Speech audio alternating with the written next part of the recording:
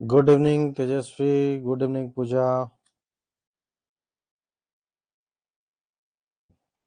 Good evening धामनी। अब आप लोग बोल भी सकते हैं, बोलने में अब कोई इशू नहीं है। अब आप लोग बोल भी सकते हैं। माइक हटा करके दूसरा माइक लगा लिया गया है, ठीक है। तो आप लोग बात भी करना हो तो कर सकते हैं। Good evening Pradeep ji, good evening श्रुति, गुड इवनिंग दीपक, good evening.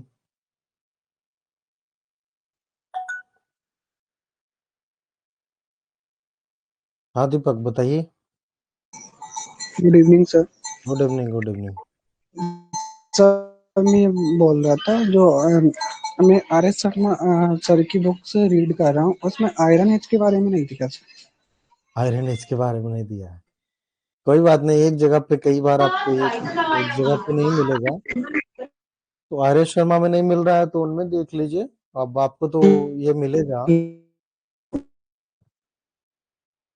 R S Sharma ji में नहीं मिल रहा है तो आप इसमें देख लीजिए, उपिंदर सिंह का है उसमें देख लीजिए। हालांकि 10 जगह पे देखने की जरूरत नहीं है, आपको हो सकता है कि ये कल तक जो है वो मिल जाएगा, मटेरियल में मिल जाएगा, ठीक है। तो आज ही मिलने वाला था लेकिन कुछ वजह से तो आपको कंप्लीट नहीं हो पाया, तो कल आपको भेज दिया जाएगा, ठीक है। ठीक है दीपक।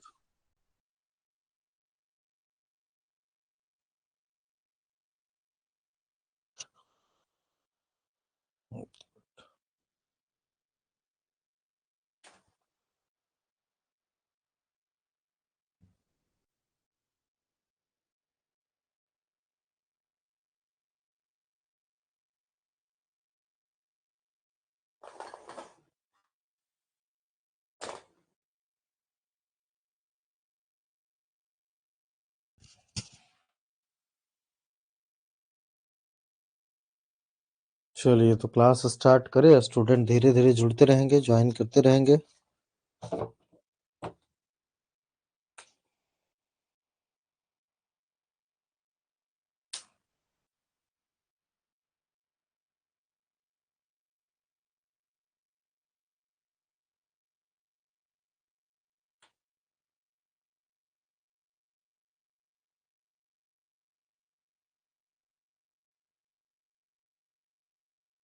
आप लोग को भी आज आपने दीपक आपने टेस्ट सीरीज लिया है। Good evening Sumit, good evening. बस 1-2 मिनट और वेट कर लेते हैं, फिर क्लास स्टार्ट करते हैं। स्टूडेंट जुड़ जाए, नहीं तो फिर बीच में दिक्कत होगी उनको। दीपक आपने टेस्ट सीरीज आज लिया है।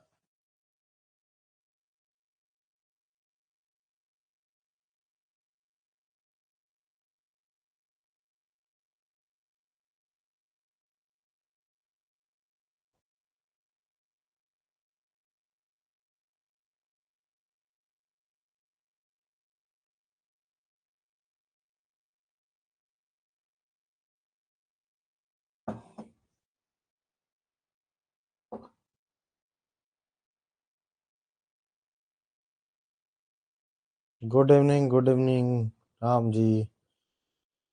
ठीक है दीपक, तो आप देखिए, अब दीपक ने आज टेस्ट सीरीज लिया है। आप लोग को भी बोला जा रहा है कि थोड़ा टेस्ट सीरीज पे ध्यान दीजिए, क्योंकि मॉक टेस्ट बहुत जरूरी है। अगर मॉक टेस्ट करते हैं तो कहीं ना कहीं जितना अधिक मॉक टेस्ट करेंगे उतना अधिक आपका प्रैक्टिस होगा, ठीक है। तो आप लोग के लिए मॉक टेस्ट, आप ये मत सोच करके बैठे रहिए कि हमारा जो है 2026 में जब एग्जाम देंगे तब मॉक टेस्ट करेंगे, ठीक है। तो वो हमें कहीं लगता है कि बेहतर रणनीति नहीं है, 2026 में तो करना ही है अगर जिनको देना है। अभी से ही मॉक टेस्ट अपना जो है ना वो करते चलिए, क्योंकि आप टॉपिक बाय टॉपिक तो हम लोग डिस्कस कर ही रहे हैं। आप उसी में देखिएगा कि आपको मात्र 400 में, ओनली 400 में कितना है, 230 प्लस आपका जो है टेस्ट सीरीज है। तो 230 मतलब कि 2300, एक टेस्ट सीरीज में 100 क्वेश्चन है। और उसमें भी क्या है कि विशेषता ये है कि उसमें प्री है, प्री में जो जीएस का है वो तो है ही, प्लस आपको सीसेट भी दिया हुआ। तो जीएस का तो आप करेंगे टेस्ट सीरीज ही, साथ में सीसेट का भी उसमें डाल दिया गया है। और प्रीवियस ईयर जितने क्वेश्चंस है उस प्रीवियस ईयर के क्वेश्चंस को भी डाल दिया गया। तो कहीं ना कहीं दीपक, दीपक आपने चेक किया है, आपका एक्सपीरियंस क्या है दीपक? मेरी बात सुन रहे हैं तो आप बताइए आपका एक्सपीरियंस क्या है।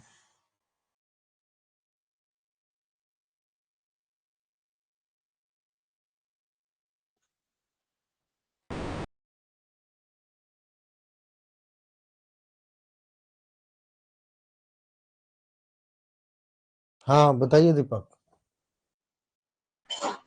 हेलो। हाँ बताइए। सर अदर्स से तो बहुत कम प्राइस में मिल रहा है, क्योंकि अदर्स का मैंने देखा तो वो 2,500-3,000 रुपए का दे रहे हैं, तो उससे तो बहुत कम प्राइस में। और अच्छा सर, क्योंकि स्टडी के साथ अगर टेस्ट लगाएंगे तो उससे हमारा पता भी चल जाएगा, रिवीजन भी हो जाएगा कि किस टाइप से क्वेश्चन, और हमें आगे जाके सोल्व करने में भी प्रॉब्लम नहीं आएगी सर, ये इसलिए मैंने बात करी है साथ के साथ। हाँ ठीक है, तो अच्छा किया है। आप सोच के देखिए कि आप अगर बाहर जाते हैं तो आपको कई बार किसी का अगर टेस्ट सीरीज आप देखें तो 16-16 हजार का टेस्ट सीरीज है सिर्फ प्रीलिम्स का, और आप लोग को मात्र 400 में प्रोवाइड किया जा रहा है। सोचिए कि मटेरियल कॉस्ट जो है वो भी नहीं निकल पाता।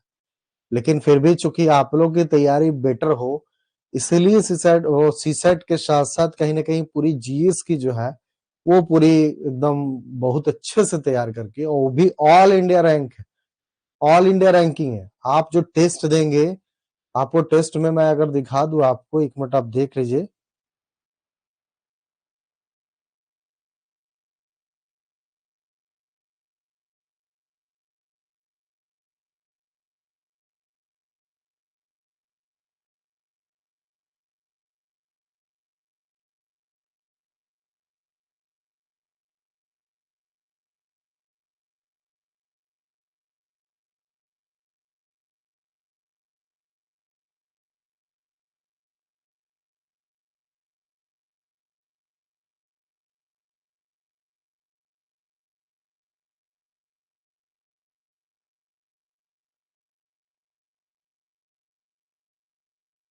ये देखिए टेस्ट,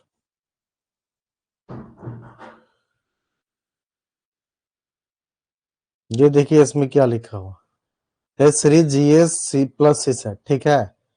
230 प्लस है आपका इसमें टेस्ट सीरीज की ड्यूरेशन, कंटेंट ये देखिए 230 कंटेंट है, कैसे कैसे पूरा दिया हुआ। Previous year question, UPSC civil services, ये 224 टेस्ट है, ठीक है। फुल टेस्ट भी 2 ठो दिया हुआ है। आप इसको देखेंगे, एक चैप्टर टेस्ट है, सब्जेक्ट टेस्ट है, प्रीवियस ईयर पेपर्स है, फुल टेस्ट है, करेंट अफेयर टेस्ट है, ठीक है। कितना पढ़ेंगे आप, चैप्टर पे चैप्टर, हर चैप्टर पे पूरा दिया हुआ है। हिस्ट्री का है तो हिस्ट्री का आपको देखना है तो हिस्ट्री का भी आप देख सकते हैं, रियल टाइम एग्जाम। इस पे चूंकि नहीं चलेगा तो कहीं ना कहीं आप देख सकते हैं। एक मिनट में दिखाऊंगा आपको, ये देखिए हिस्ट्री एंड कल्चर की पूरा जिस तरीके से बनाया गया ना, आप लोग को जैसे टेस्ट वाइज मतलब सब्जेक्ट वाइज सब्जेक्ट चाहिए ना, उसी प्रकार से पूरा सब्जेक्ट वाइज सब्जेक्ट पूरा बनाया गया। हिस्ट्री एंड कल्चर से 51 टेस्ट सीरीज है, ये देखिए कितना इतना अधिक टेस्ट सीरीज है। Medieval history, modern history, national movement, national movements वगैरह से सबसे ज्यादा प्रीलिम्स में क्वेश्चन आता है। देखिए एक एक चीजें जो है वो पूरा पूरी, अभी ऋग्वेद, आर्यन कल्चर, ये जो पूरा चलने वाला हड़प्पा सभ्यता पढ़ा चुका हूं, तो ये हड़प्पा सिविलाइजेशन का पूरा दिया। तो अलग से आपको देने का जरूरत नहीं है, इसी में हम लोगों ने इतना बढ़िया डिजाइन करके पूरा आप लोग को दिया है कि कहीं पे भी आपको दिक्कत ना हो। पूरा जो कहा जाता है कि 51 टेस्ट, 51 आपका जो है 52 टोटल, 51 और 52 के आसपास लगभग आपका यूनिट भी है, पूरा यूनिट बेस बनाया गया। ठीक है, इकोनॉमी की देखनी है तो इकोनॉमी की बेस टेस्ट है। देखिए सर्वे रिपोर्ट वगैरह जितना है, union budget, economic survey, planning वगैरह। इको एंड एनवायरमेंट की देखे तो इको एंड एनवायरमेंट की है।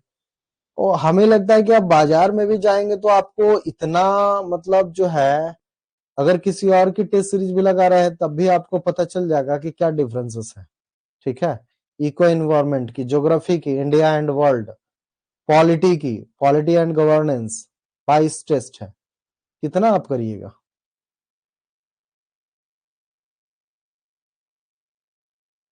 ठीक है, कहीं ना कहीं आप देखिएगा तो हर सेक्टर का पूरा, और एक एक यूनिट बाय यूनिट जो है वो भी all India test, all India है। Good evening, good evening. ये आपके लिए 1 साल के लिए वैलिड हो जाएगा, 1 साल के लिए वैलिड हो जाएगा। ठीक है,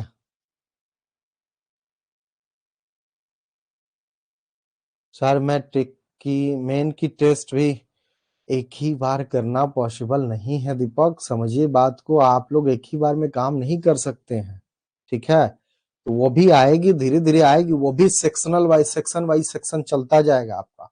तो मेंस का टेस्ट सीरीज है वो भी चलेगा। ठीक है, तो अभी थोड़ा सा अब टीम लगी हुई है, लगातार वर्क कर रही है, तो देखिए आप लोग को हम लोग ऐसे ही नहीं दे सकते ना, हवा में नहीं दे सकते, या जिस तरीके से आप लोग को अलग दूसरी जगह पे दिया जाता है हम लोग नहीं दे सकते।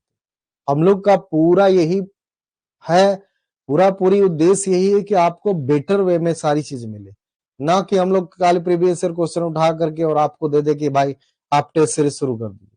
तो वैसे नहीं होता है ना, क्वालिटी कहीं ना कहीं मेंटेन करना होगा, क्वालिटी मेंटेन होगा तभी आप लोग जाकर के आगे सक्सेस हासिल कर पाएंगे। अगर क्वालिटी अभी से हम लोग डाउन करना शुरू कर देंगे तो फिर दिक्कत होगी ना। तो इसी वजह से थोड़ा सा हम लोग का देर का मिलेगा, लेकिन आपको जो मिलेगा वो पूरा पूरी इतना मतलब क्लियर वे में रहेगा और इतना बेटर वे में कि आप सोच भी नहीं सकते। अभी देखिए टेस्ट सीरीज का मैंने आपको दिखाया, तो जैसे जैसे हम लोग की पूरी पूरी क्लास चलेगी एकदम जस्ट उसी पैटर्न पे, जैसे मैं हिस्ट्री में, तो हिस्ट्री में बता दूं आपको 52 यूनिट्स टोटल है, तो एक यूनिट हटा दीजिए मान करके सोर्सेस का, तो 51 यूनिट, 51 चैप्टर पूरा का पूरा आपको टेस्ट सीरीज में दिया हुआ। आप अगर बाजार से भी खरीदेंगे, 10 रुपए भी अगर खरीदेंगे, 10 रुपए में भी एक टेस्ट सीरीज खरीदेंगे तो 50, 50 नहीं है 500।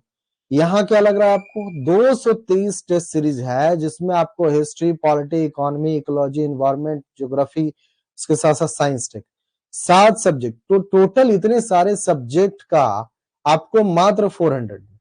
तो हम लोगों ने कुछ भी नहीं कहा, मतलब जितना भी हो सके आपको सिर्फ और सिर्फ कॉस्ट बेस पे, ताकि आपके लिए बेटर हो सके। जैसे जैसे क्लासेस चलेगी आप लोग करते जाएंगे तो ये आप लोग के लिए फायदा है, हमारे लिए फायदा नहीं है। आप 400 रुपए, 500 रुपए तो ऐसे ही पार्टी वार्टी बना करके खत्म कर देते हैं, लेकिन और बाद में वाकई खर्च तो करना ही है। ऐसा नहीं कि 300-400 रुपए आपको टेस्ट सीरीज वगैरह भी कहीं भी करेंगे तो वो भी खर्च करना ही करना है। तो इससे बेटर है कि जैसे जैसे क्लासेस चल रही है चैप्टर वाइज करते जाइए, तो आपके लिए बेटर होगा, आपको बहुत ज्यादा बर्डन नहीं पड़ेगा, तैयारी भी एक बेटर होती जाएगी। और एक बार मॉक टेस्ट आप कर लेंगे तो जब मेन आपको 26 में देना होगा, अब 25 में भी देना, 26 में अगर देना है तो वो और आपके लिए इजी हो जाएगा, क्योंकि आप पहले से किए हुए रहेंगे लगातार। ठीक है, तो मेरा काम था आप लोग को बता देना और बेटर वे में आपको कहीं ना कहीं गाइड करना, तो मैंने बता दिया, अब आप लोग की जिम्मेदारी है, देख लीजिएगा, उसके बाद तो फिर क्लासेस तो चलेगी ही, तो कहीं ना कहीं करते जाइएगा तो हमें लगता है कि बेटर होगा आप लोग के लिए। तो चलिए आज हम लोग पढ़ते हैं हड़प्पा में, सॉरी, लॉ, आयरन एज था, तो आयरन एज में कुछ चीजें बची हुई थी, तो आयरन एज हम लोग आज कंप्लीट कर लेते हैं। ठीक है।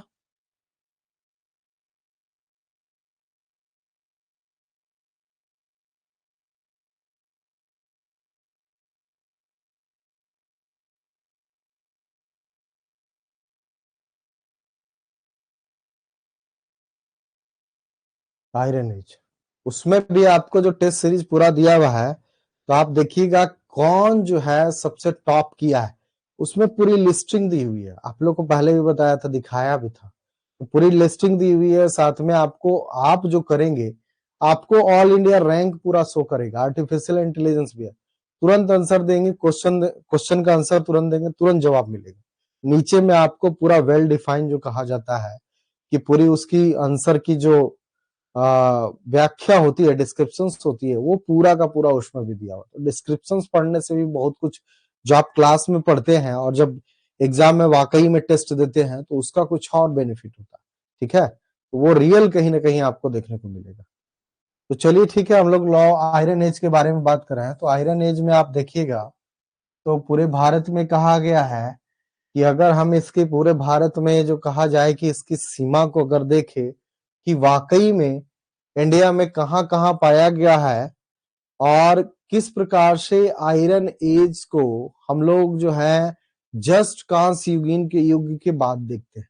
तो कांस्य युग के बाद देखते हैं तो कांस्य युग के पहले अब तो जितना भी आप देखिएगा, जैसे प्राग ऐतिहासिक काल, प्री हिस्ट्री, ठीक है, तो प्राग ऐतिहासिक काल, फिर आद ऐतिहासिक काल, फिर ऐतिहासिक काल, ये तीनों आ गया। अब प्राग ऐतिहासिक काल, फिर आद ऐतिहासिक काल, तो हम लोग जो अभी पढ़ रहे हैं वो ज्यादातर जो है, जैसे आपको सिंधु घाटी सभ्यता, और सिंधु घाटी सभ्यता के साथ साथ जो आगे मैं आर्य वाली पढ़ाऊंगा, तो वो पूरा पूरी वो आद इतिहास में ही है। वो हम लोग अभी इतिहास में पूरी तरह एंट्री नहीं किए हैं, ठीक है, तो आद इतिहास में ही है। तो कहीं ना कहीं लॉ युग जो संस्कृति है, इसमें भी देखिएगा तो उत्तर भारत में आपको तो देखने को मिलेगा कि ये कहीं ना कहीं नवपाषाण काल से संबंधित तो नहीं है ये, लेकिन दक्षिण में आपको जो एरिया मिलेगा वो कहीं ना कहीं तांबे, ताम्रपाषाण, नवपाषाण जो कही जाती है, उस काल से भी कहीं ना कहीं लौह युग एक प्रकार से संबंधित है। हुआ ऐसा कि मानव जाति ने क्या किया है कि पूरे वर्ल्ड में आप देखिएगा, पूरे वर्ल्ड में आप देखिएगा तो कुछ एरिया, जैसे कुछ एरिया मान के चलिए आपका अमेरिका, साउथ अमेरिका, कुछ आपका अफ्रीका वगैरह, और आपका एशिया, ठीक है। तो इन इलाकों में, अफ्रीका वगैरह के इलाका में, कुछ इलाका में जो है पाषाण का यूज किया जा रहा था, तो कुछ इलाका में पाषाण का यूज। अब इन सारे इलाका में मानव जाति रह रहा है, तो कई जगह पे, ज्यादातर जगह पे पाषाण चल रहा है। उसमें से कुछ लोग जो है आगे बढ़ करके उन्होंने तांबे का इस्तेमाल किया, तो तांबे और पाषाण का यूज किया। तो इसी प्रकार से देखिएगा, इसी वर्ल्ड में जो है कुछ जगह पे एक ही टाइम में, मान के चलिए आज से 10,000 साल पहले अगर तांबे का मान के चलिए कहीं यूज किया जा रहा है, पाषाण का यूज किया जा रहा है अफ्रीका में, तो उसी टाइम में 10,000 साल पहले आप देखिएगा तो हो सकता है कि एशिया में आपको ये मिले कि तांबे और पाषाण दोनों का उस समय यूज किया जा रहा था। तो कुछ जगह पे आपको पाषाण मिलेगा, कुछ जगह पे तांबे और पाषाण मिला करके। इसी प्रकार से आगे देखिएगा तो कई जगह पे आपको मिलेगा कि कहीं ना कहीं कांसे का यूज कर रहा है। जैसे हम लोगों ने देखा था कि कांसे का कौन सा यूज, कौन जगह पे यूज किया, ये पूरा हड़प्पा सभ्यता के लोगों ने। उसी टाइम में आप देखिएगा तो दक्षिण में कही जाती है कि इस टाइम में सिर्फ तांबे और पाषाण का यूज, जहां कांस का यूज किया जा रहा था, मतलब तांबे और पाषाण, जो तांबा और स्टोन जो होता है उससे मिला करके जो हथियार बना रहा था, तो इस एरिया में, पंजाब और राजस्थान और हरियाणा के इलाका में, और गुजरात का इलाका, और यूपी का, पश्चिमी यूपी का इलाका, साथ में पाकिस्तान का कुछ इलाका, जो कि पूरा सिंधु घाटी का, इंडस वैली का इलाका था। जबकि आपको उसी टाइम में आप देखिएगा कि साउथ इंडिया में जहां इंडस वैली सिविलाइजेशन में वो आगे बढ़ चुके हैं तांबे पाषाण से और आप कांसे पर आ चुके हैं, वही साउथ इंडिया के लोग जो हैं अभी भी जो है वो तांबे और पाषाण पे लटके हुए थे। तो कहीं ना कहीं तांबा और पाषाण का ही यूज कर रहे थे। ये अभी तक कहीं ना कहीं कहा जाता है कि जब साउथ इंडिया में आप देखिएगा तो साउथ इंडिया में बहुत बाद तक 1000 BC तक जो कहा जाता है कि यहाँ पे तांबे और पाषाण का यूज किया जाता रहा। तो ऐसा होता है, जैसे एक सिंपल सा उदाहरण ले लीजिए आप, मान के चलिए आज हम लोग वर्तमान की जो स्थिति है, तो आप देखेंगे कि ज्यादातर जो भारतीय है उसमें अगर कहा जाए तो हम लोग को अभी कौन सा काल कहा जाता है, मॉडर्न इरा, मतलब कि आधुनिक काल में हम लोग हैं। कई बार पोस्ट मॉडर्न कहा जाता है, ठीक है, तो आधुनिक काल ही मान लीजिए, ठीक है। आधुनिक काल मतलब कि हम लोग शिक्षित हैं और सभ्य हैं और विकसित हैं, ठीक है। तो ये क्या आपको पूरे भारत में लागू होता है? आप लोग में से कितने लोग बता सकते हैं, क्या ये पूरे भारत में लागू होता है? हर इलाका में एकदम समान रूप से मिलता है कि सारे लोग जो है भारत के शिक्षित हैं और शिक्षित होने के साथ साथ सभ्य हैं? क्या आपको पूरे भारत में ऐसी स्थिति मिलती है? थोड़ा सा मैं समझाने का प्रयास कर रहा हूं कि कैसे आयरन एज का आपको चला है। नहीं, ठीक है। तो ऐसा कोई प्रमाण मिलता है जहां पे अभी भी कहा जाए तो आदिम अवस्था में जी रहे लोग? हर जगह अलग अलग, ठीक है। तो ऐसा कोई जगह है जो बताइए आप लोग, कौन सा ऐसा जगह है जहां पे आदि मानव टाइप के अभी भी लोग रह रहे हैं? अंडमान निकोबार, ठीक है। तो एक भारत का पिक्चर, वो कौन सा पिक्चर सही पिक्चर होगा जिसको हम कहें दिल्ली में बैठा हुआ आदमी जो है वो आर्टिफिशियल इंटेलिजेंस से और बहुत सारे माध्यम से जो है वो अपनी लाइफ को इतना इजी बना लिया है कि कहना नहीं, ठीक है। और उसके पास सारी सुविधा है, आधुनिक सारी सुविधाएं लैस है। उसको खाना है तो कहीं ना कहीं खाना बनाने वाली आ रही, खा रहा है खाना, और फिर एंजॉय कर रहा है, घूम रहा है, फिर रहा है। टेक्नोलॉजी की अगर कहीं कुछ देखना हो तो उसके पास टीवी है, और भी कहा जाए मोबाइल का हम लोग यूज कर रहे हैं। लेकिन क्या यही चीज, यही सेम चीज अंडमान में जो जारवा जनजाति है, क्या जारवा जनजाति के पास भी मोबाइल फोन है, एलईडी टीवी है? क्या वो लोग भी मतलब जो है हम ही लोग की तरह अनाज खाते हैं या कुछ और वो खाते हैं? क्या हम लोग की तरह जैसे जो बोलते हैं इंग्लिश बोलना है, हिंदी बोलना है, या जो हम लोग पढ़ाई कर रहे हैं यूपीएससी की तैयारी, तो क्या वो भी कर रहे हैं ऐसा?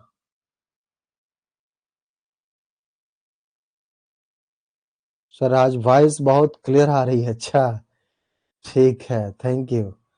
अब आप बोल भी सकते हैं, आप ही लोग के लिए एक दो कॉल आया सुबह से कि सर बोलने में नहीं बनता, इंटरेक्शन नहीं हो पाता है। ओके, अच्छा, रुकिए, इंटरेक्शन नहीं हो पाता है, मुझे खुद भी बेकार लगता है कि आप लोग से इंटरेक्ट ना करूं ना तो पढ़ाने का मजा नहीं आता है, और लिखने वाला सिस्टम ठीक है तो सर वो परिवर्तनों से दूर है। तो कहीं ना कहीं आप देख रहे हैं कि भारत जो है वो एक ही है। दिल्ली में बैठा हुआ आदमी, दिल्ली वाला आदमी जो है वो मॉडर्न है, ठीक है। और यही आपका अंडमान निकोबार किधर हो गया, ये आप देखिएगा तो यहाँ पे भी आपको नजर आएगा, ठीक है। तो अंडमान निकोबार,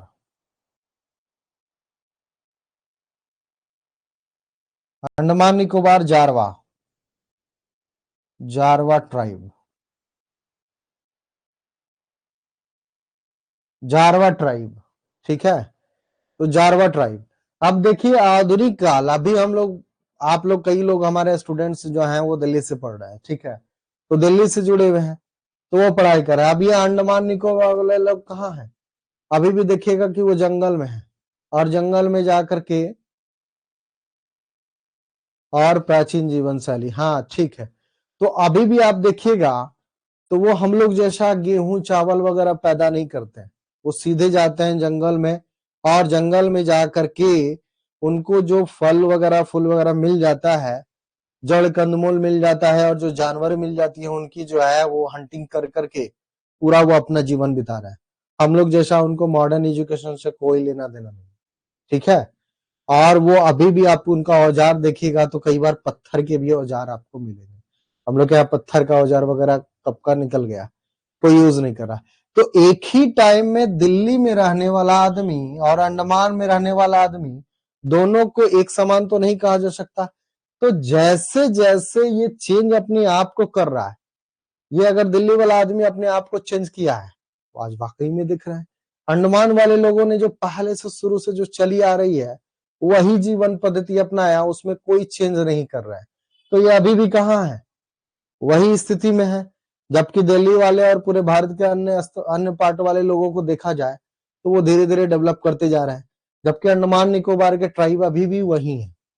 ठीक है, तो यही चीज हुआ आपको लौ संस्कृति के टाइम में, और आपको जो कहा जाता है ताम्रपाषाण। तो ताम्रपाषाण और लौ युग और कांस्य युगीन में यही फर्क है।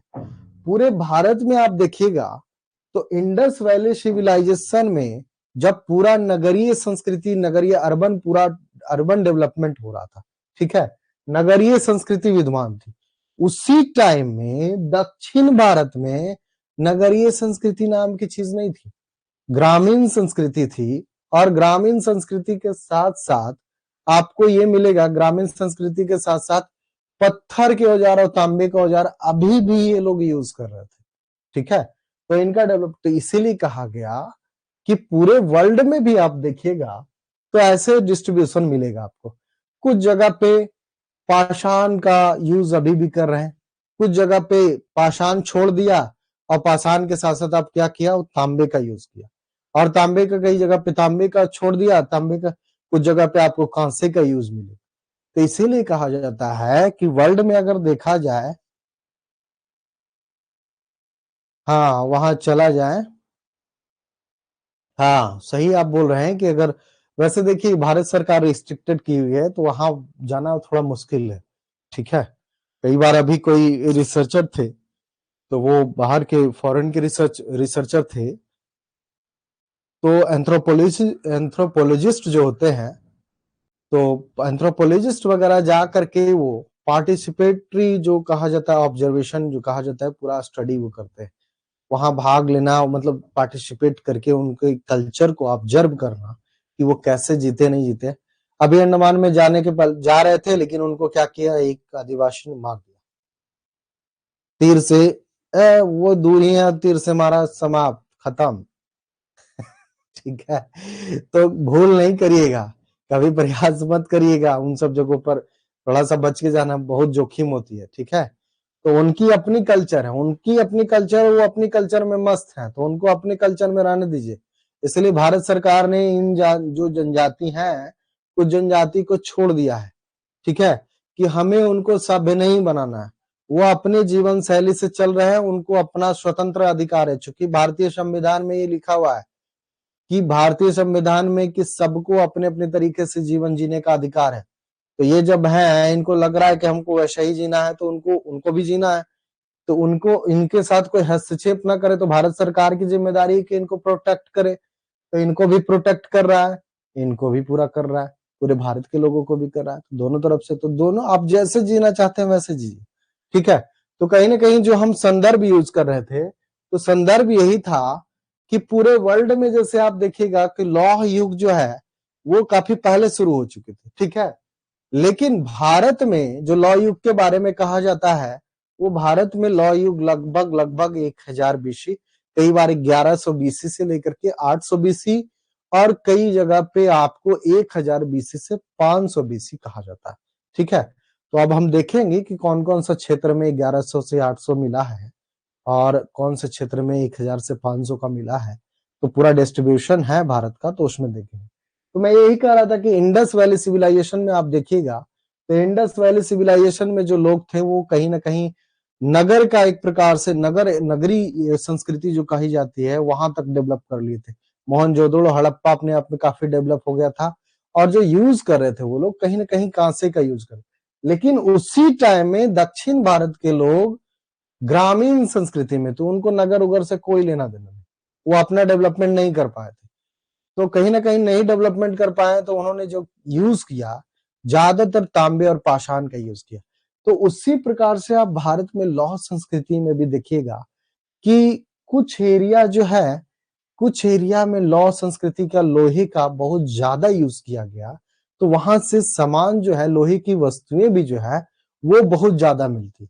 जबकि भारत के कुछ ऐसे पार्ट है जहां पे लौह का प्रयोग ना करके वो अभी भी तांबे का ही यूज कर रहे थे। ठीक है, तो साथ में ये भी कहा जाता है कि जैसे तांबे का एक प्रकार से ताम्र पाषाण हो गया, तो ताम्र पाषाण कालीन लोग जो थे, तो ताम्र पाषाण वाले ही लोग आगे बढ़ करके उन्होंने क्या किया, लौह का यूज किया, तो उसका भी लौह का प्रयोग किया। तो उनका भी मिला है कि ये कहीं ना कहीं तांबे से निकल करके अब लोहे का प्रयोग करने लगे। तो जो लोग लोहे का प्रयोग करने लगे वो किस कल्चर में आ गए, लौह युग में आ गया और लौह संस्कृति में आ गए। जो तांबे और पाषाण का यूज कर रहे थे वो ताम्र पाषाण में आ गए। तो बहुत सिंपल है, जो पाषाण का सिर्फ यूज कर रहे थे पाषाण काल, ठीक है, जो अगर तांबे और पाषाण का यूज कर रहे थे तो ताम्र पाषाण। उसी के साथ साथ आप देखिएगा कांसे का यूज किया, तो कांसे कांसे कैसे बनी, तांबे और टीन मिला करके, तो वो कहीं ना कहीं एक अलग डेवलपमेंट था। अब लौह युग तो कहीं ना कहीं इन सब चीजों को छोड़ करके, तांबे और पाषाण को छोड़ करके एक नई जो कहा जाता है कि नई चीज पे लोहे पर चले गए। तो लोहे के कारण भी कहा जाता है कि लौह युग जो था अपने आप में एक क्रांतिकारी युग। क्रांतिकारी युग इसलिए भी कहा गया क्योंकि लोहे के प्रयोग से कहीं ना कहीं ज्यादा जब कृषि होने लगी, सरप्लस होने लगा, तो ट्रेड की जरूरत पड़ा, और ट्रेड की जब जरूरत पड़ा तो कहीं ना कहीं नगरों का डेवलपमेंट हुआ, और नगरों का जब डेवलपमेंट हुआ तो विशाल बड़े बड़े साम्राज्यों का भी एक प्रकार से निर्माण हुआ। तो वो सारी चीजें कहीं ना कहीं आपको भारत में देखने को मिलता है। कब, लौह युग, जिसको आयरन एज कहा जाता है, उसी में। अब इसका पूरा पूरी आयरन एज का एरिया कौन सा था, हम लोग एरिया थोड़ा सा देख लेते हैं।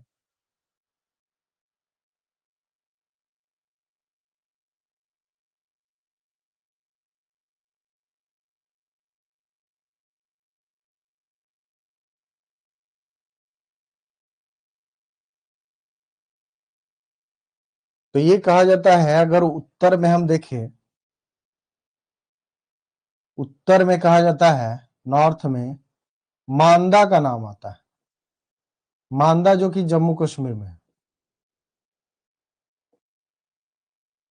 जैसे आपको मांदा, मांदा एक जगह पे और है। अच्छा, इधर आपको लग रहा है ना थोड़ा। अच्छा, इधर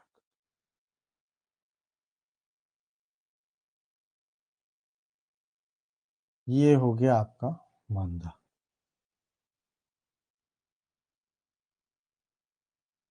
मांदा कहाँ, जम्मू कश्मीर में। तो आप लोगों ने पढ़ा होगा कि मांदा कहीं ना कहीं सिंधु घाटी सभ्यता का भी उत्तरी सीमा था। ठीक है, तो मांदा जो है वो कहीं ना कहीं लौह युग का भी उत्तरी जो है वो सीमा था। ठीक है, नॉर्थ। अब इसमें देखिएगा दक्षिण में, तो साउथ में जो कहा जाता है, साउथ में, साउथ सीमा जो है इसकी, ये कहा जाता है उज्जैन को, उज्जैन को। ठीक है, दक्षिणी सीमा, दक्षिणी सीमा उज्जैन को कहा जाता है, एमपी में है, एमपी में उज्जैन है। ठीक है, अभी ये भी, हालांकि ये शुरुआती दौर का था तो कहीं ना कहीं विभाजन किया गया। आगे भी कहीं ना कहीं आप देखिएगा तो ये जो दक्षिण में पूरा कहा जाता है, यहाँ भी बहुत ज्यादा यहाँ भी लोहे का पूरा प्रमाण मिला है। ठीक है, इसके बाद जो है पूर्व में आप देखिएगा, तो पूर्व में चला गया ये नेपाल तक, पूर्व में नेपाल तक गया है, नेपाल।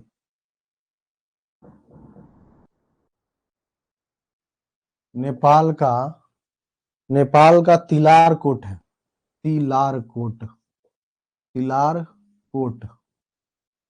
ठीक है, नेपाल में तिलार कोट है पूर्व में, और पश्चिमी में, पश्चिमी में लखियो,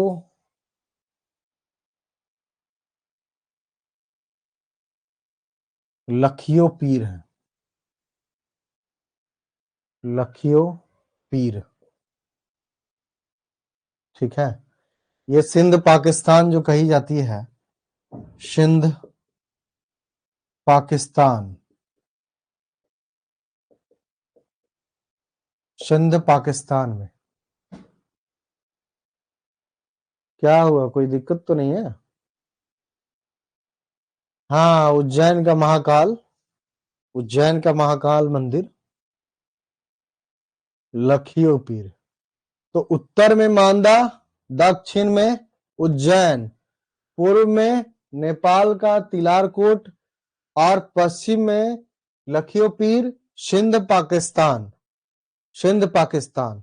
ठीक है।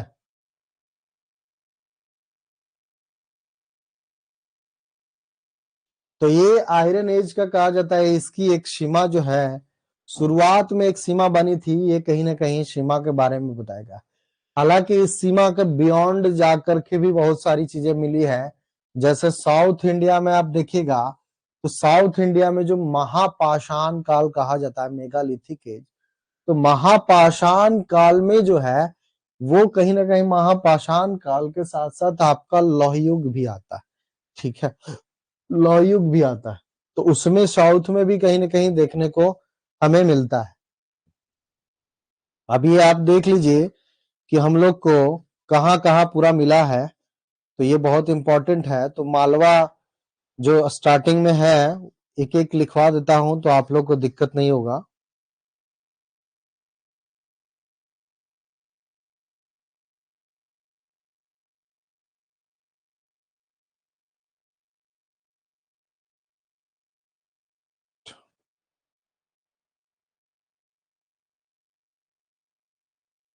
तो ये लिख लिया आप लोगों ने, मिटा दो।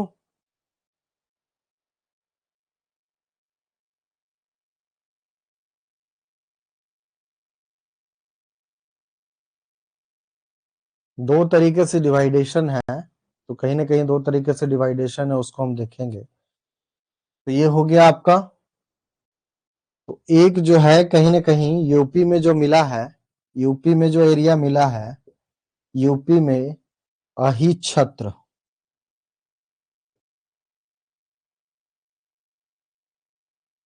अही छत्र, हस्तिनापुर, सॉरी, हस्तिनापुर तो हस्तिनापुर,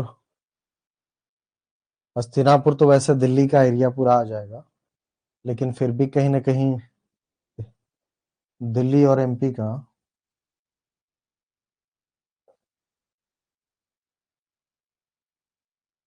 तो लिख लीजिए कौशाम्बी अही छत्र, कौशाम्बी अही छत्र, कौशाम्बी, श्रावस्ती, श्रावस्ती, श्रावस्ती दिख रहा है, आलमगीरपुर, श्रावस्ती, श्रृंगवेरी, श्रृंगवेरी, श्रृंगवेरी, श्रृंगवेरी, और मथुरा या आलमगीरपुर आप बोल दीजिए। ठीक है, मथुरा, मथुरा या आलमगीरपुर। मथुरा। दूसरा आपका आ जाएगा, दूसरा कहा जाता है यूपी। आप हो गए, तो यूपी में हम लोगों ने घूम लिया। तो यूपी में कहा, अहिछत्र, कौशाम्बी, श्रावस्ती, श्रृंगवेरी और मथुरा। तो ये यूपी में हम लोग कहीं ना कहीं 5 जगहों पर क्या किया, हमने भ्रमण किया। अहिछत्र, कौशाम्बी, श्रावस्ती, श्रृंगवेरी और मथुरा। तो इन जगहों पर जाइएगा तो क्या मिलेगा आपको, आयरन एज का पूरा पूरी प्रमाण आपको मिलेगा। तो इन जगहों पे अगर आप स्वतंत्र रूप में भी आपको लगता है कि खोज करना चाहिए, तो खुदाई करके देख लीजिएगा। ठीक है, तो प्रमाण मिल जाएगा आपको। तो यूपी का ही क्षेत्र, कौशाम्बी, श्रावस्ती, श्रृंगवेरी और मथुरा। तो ये आयरन एज का प्रमाण कहा जाता है कि आयरन एज का प्रमाण इन जगहों पर मिला। दूसरा, दूसरा यूपी के बाद हम लोग चलेंगे थोड़ा सा बिहार। बिहार, यूपी के बाद बगल पड़ोसी राज्य, तो बिहार।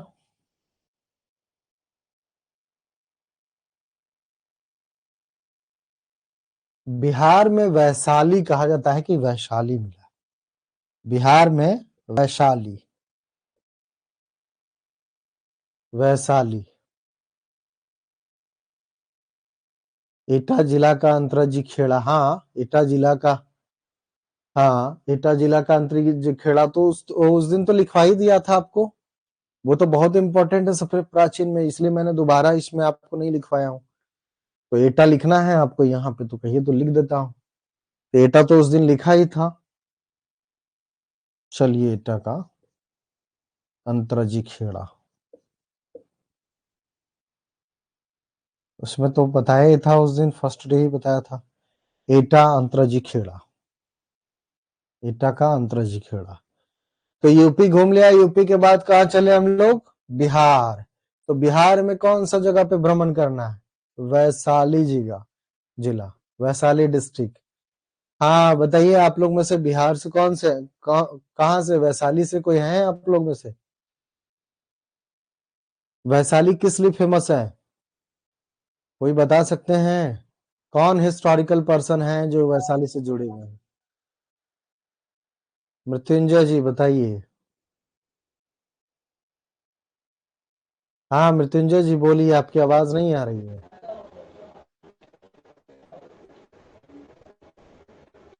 हेलो। हाँ बोलिए। श्रावस्ती के बाद क्या लिखना है सर?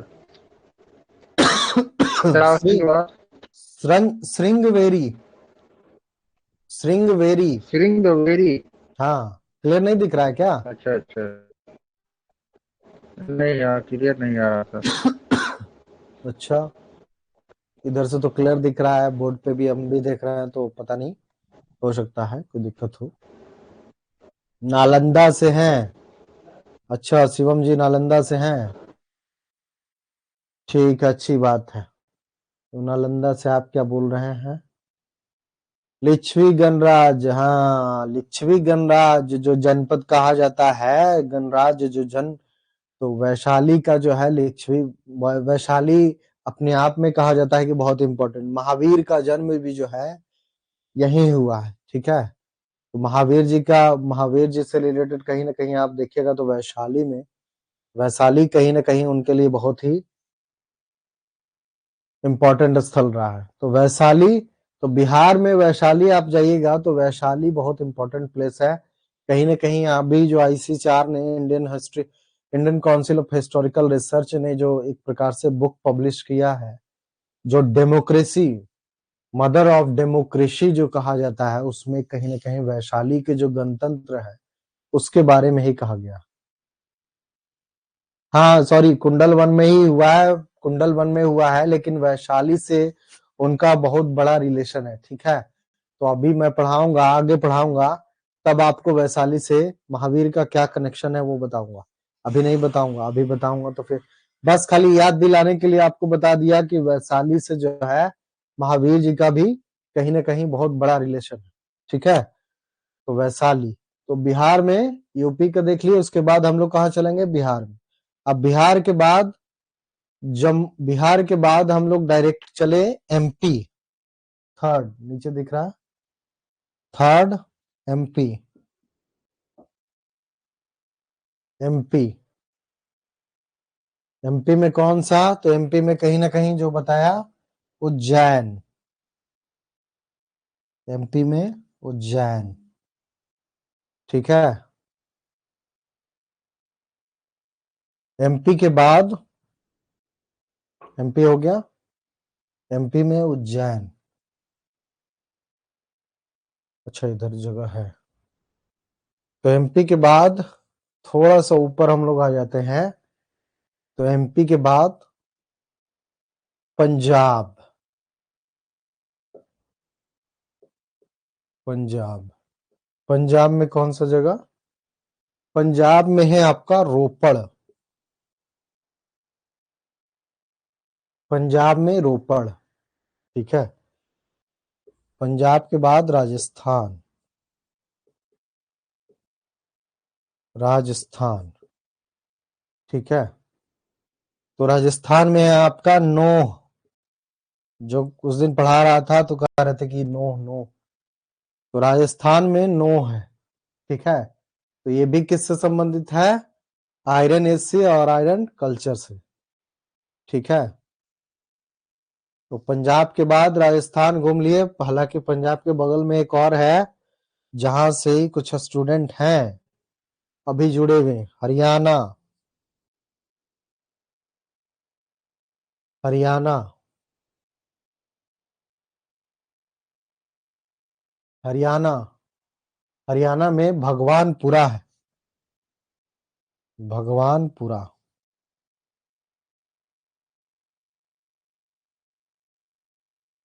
दिख रहा है आप लोग को, भगवानपुरा। ठीक है, हरियाणा में भगवानपुरा।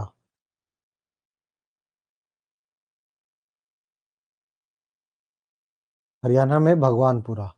और अंततः मांदा हम लोग गए थे, तो जम्मू कश्मीर में कितना हो गया, 6 हो गया, 7 नंबर आप यहाँ मान जम्मू कश्मीर।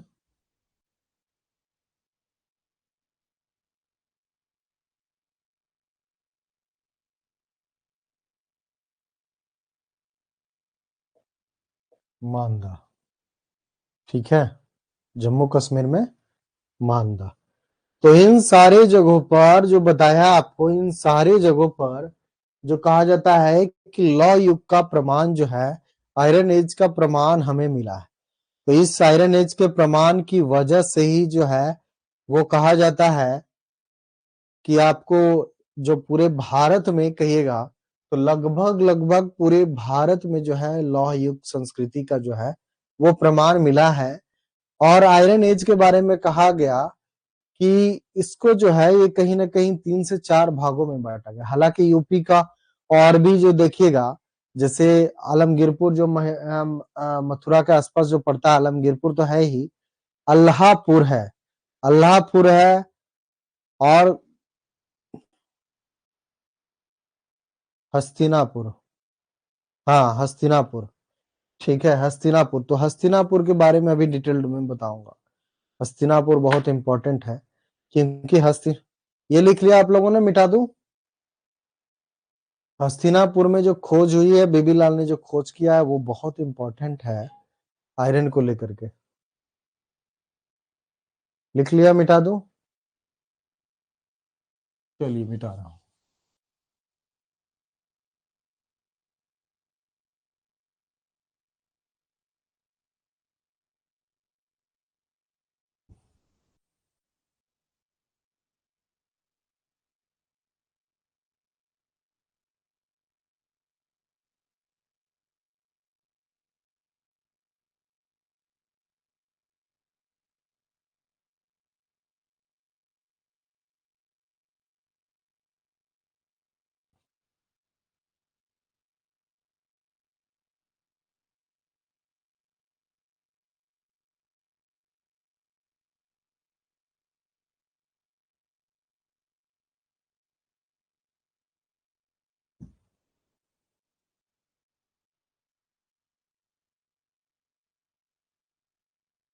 अच्छा सुमित, अल्लाहपुर कहाँ है?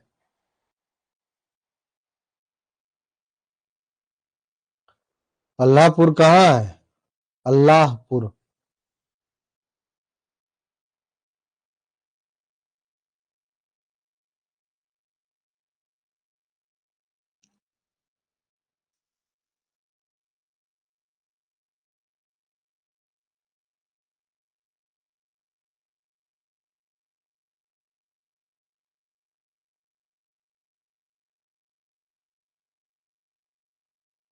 हम्म,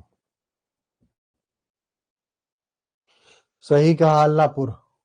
ठीक है, तो ये देखिएगा तो ध्यान रखिए, तो भारत के लगभग लगभग हर जगह से लगभग लगभग लौका मिला है। ठीक है, कुछ जगह पे कम, कुछ जगह पे बेशी ज्यादा।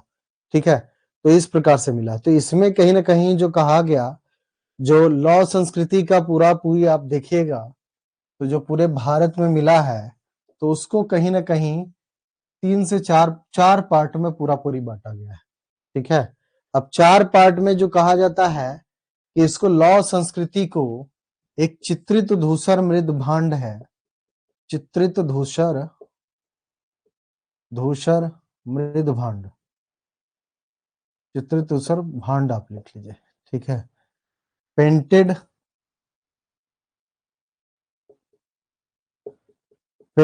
ग्रे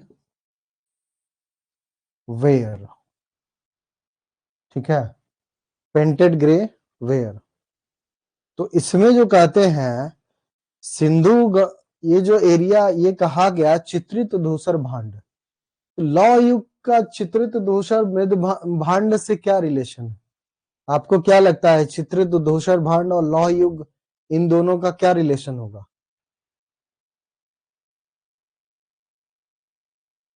बताइए। ये लौह युग का, आयरन एज का, ये पेंटेड ग्रेवेयर से क्या रिलेशन है? क्यों हम लौह युग में पेंटेड ग्रेवेयर पढ़ेंगे? कोई बता सकते हैं? नहीं।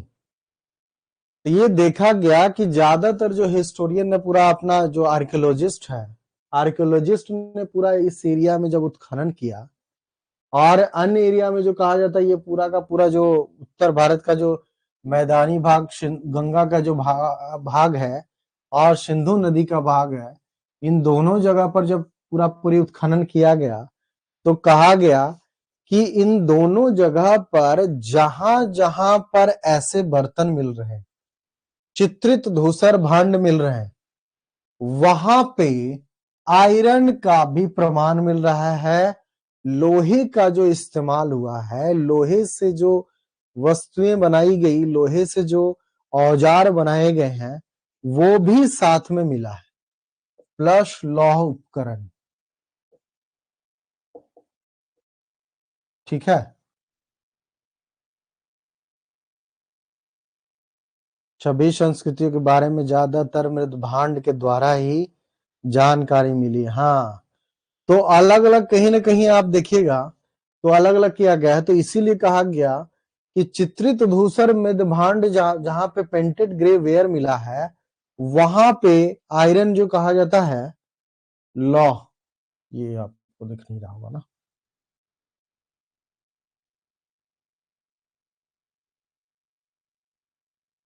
ठीक है, लौह उपकरण।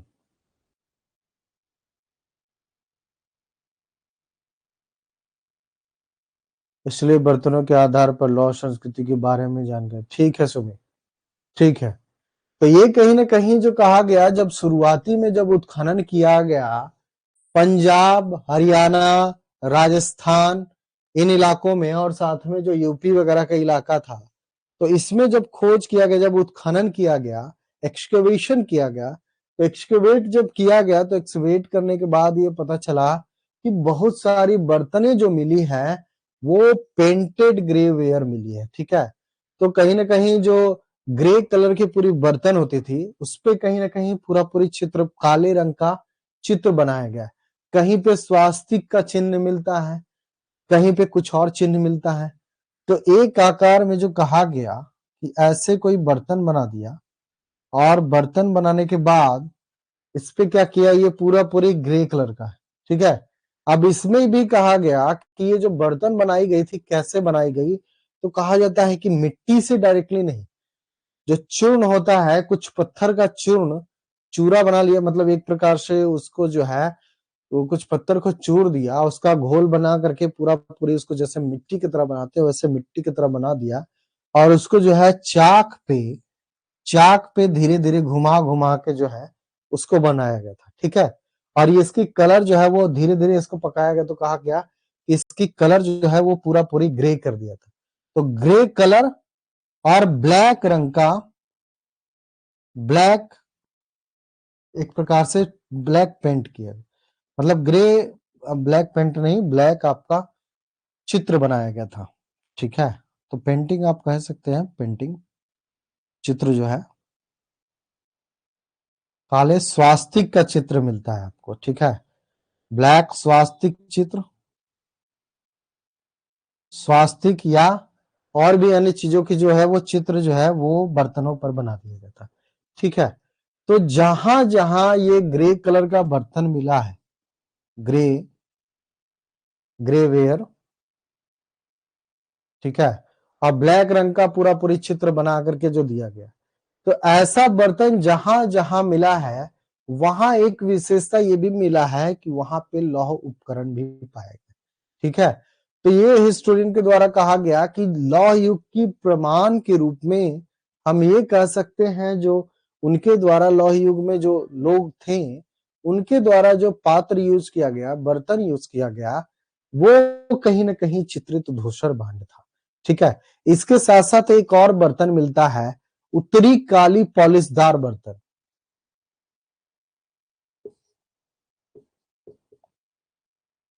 उत्तरी काली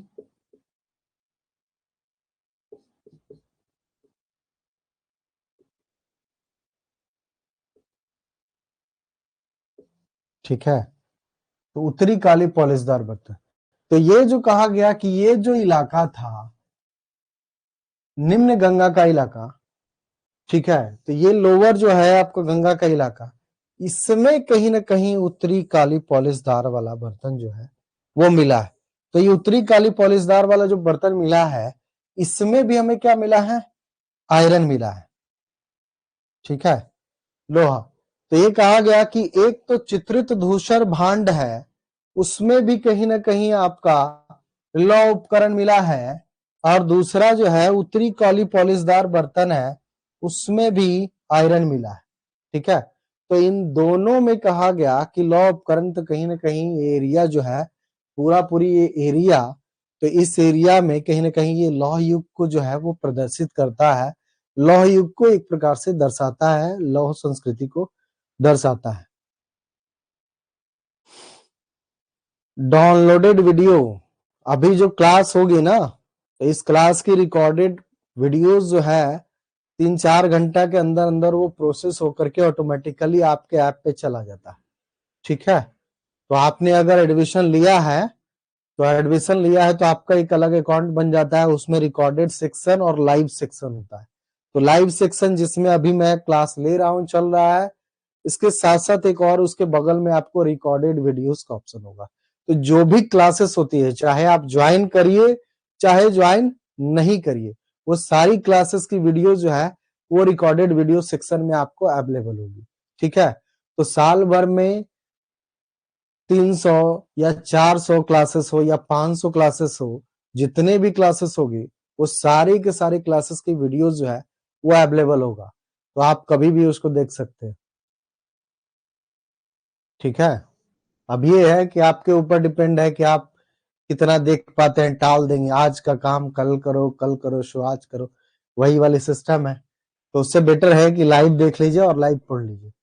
तो ये कहीं ना कहीं चित्रित धूसर पेंटेड ग्रे वेयर और दूसरा उत्तरी काली पॉलिशदार, तो ये किस संस्कृति को दर्शा रहा है, लौह युग को, लौह संस्कृति को।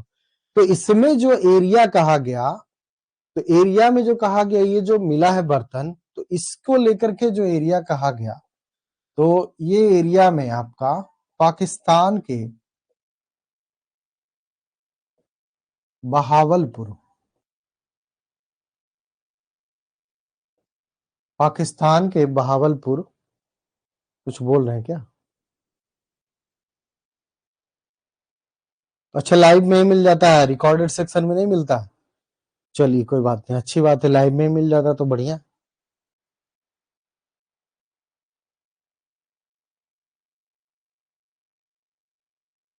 पाकिस्तान के बहावलपुर के कहा जाता है हकरा पाट, बहावलपुर के हकरा पाट।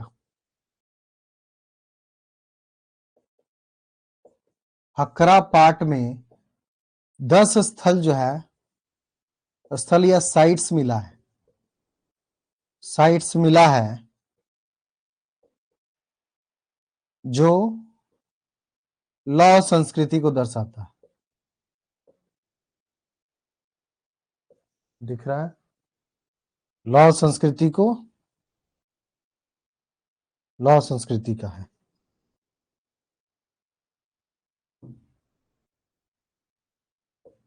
इसका है, ठीक है। तो ये कहा गया कि जो पूरा ये पाकिस्तान का जो बहावलपुर के हकरा पार्ट है, तो इस इलाका में देखा जाए तो 10 साइट्स ऐसे मिले हैं, जो 10 साइट्स जो है वो पूरा पूरी आयरन एज को दर्शाता है। और आयरन एज में भी क्या, चित्रित धूसर विद्भांड भांड जो कहा जाता है, पेंटेड ग्रेवेयर, यहाँ से फाउंड किया गया है, ठीक है। और उत्तरी काली पॉलिशदार बर्तन जो है वो भी कहीं ना कहीं इस इलाके से पूरा पूरी फाइंड किया गया है, ठीक है।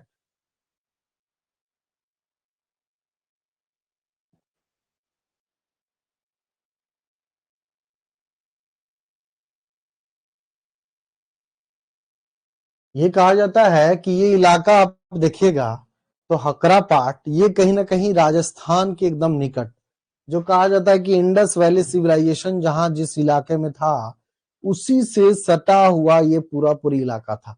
तो मतलब ये कि सिंधु घाटी सभ्यता के लोगों ने जिस प्रकार से कांसे का यूज किया, वही लोग और उसके आसपास के जो लोग थे उन्होंने ही एक प्रकार से किसका यूज किया, लोहे का इस्तेमाल किया। तो जिन्होंने कांसे का इस्तेमाल कर लिया था, अब वो कांसे पे नहीं रहे बल्कि आगे बढ़ गए और एक प्रकार से लोहे का इस्तेमाल करना शुरू किया। अब लोहे के लिए कहा गया कि जो तांबा होता था और टीन, इन दोनों को मिलाकर के कांसा बना लेना कहीं ना कहीं टेक्निकली रूप में तो मतलब एक अच्छा था कि टेक्निकली दिमाग लगा करके वो बना लेते थे, ठीक है। लेकिन लॉ ऐसा था जिसमें इतनी अधिक तापमान, 100 प्लस तापमान जो है वो चाहिए, और 100 प्लस तापमान लोहे के लिए मतलब अगर लॉ अयस्क है तो लॉ अयस्क से अगर निकालना है पूरा पूरी लोहा, तो लॉ अयस्क से पहले तो लोहा को अलग करना पड़ेगा।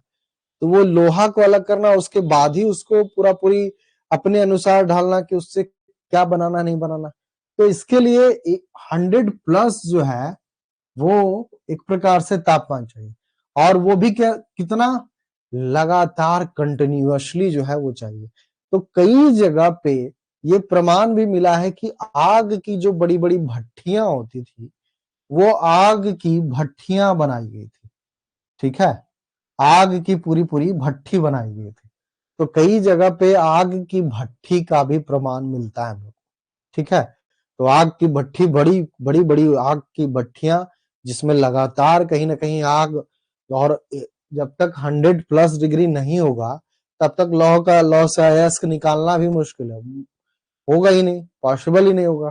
तो कहीं ना कहीं इस इलाके के लोगों ने, जो पाकिस्तान के बहावलपुर, हकरा पाट और जो कहा जाता है ये गंगा घाटी का जो इलाका है, तो इन इलाकों में रहने वाले लोग यूपी, उसमें भी सबसे ज्यादा कौन, हस्तिनापुर जो कहा जाता है कि दिल्ली और यूपी के आसपास, तो यूपी का सबसे ज्यादा इलाका, उसके बाद बिहार का, यूपी बिहार और आपका राजस्थान पंजाब हरियाणा।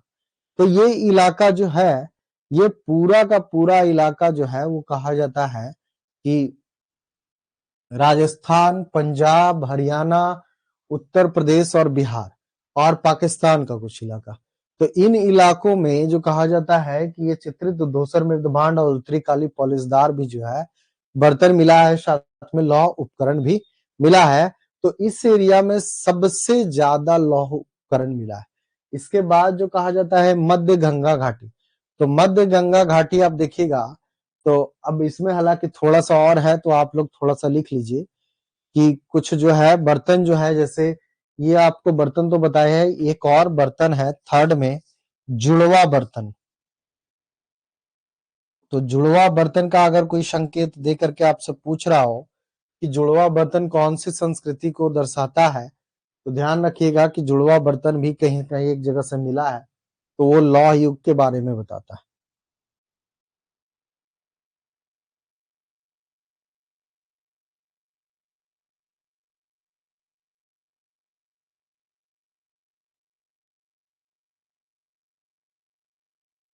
अब कहाँ कहाँ से क्या क्या मिला है इस वाले में, इस एरिया में, तो थोड़ा सा लिख लीजिए कहाँ कहाँ से जो प्रमाण मिला है। ये मिटा दे रहा हूं, ये तो आप लोगों ने लिख लिया।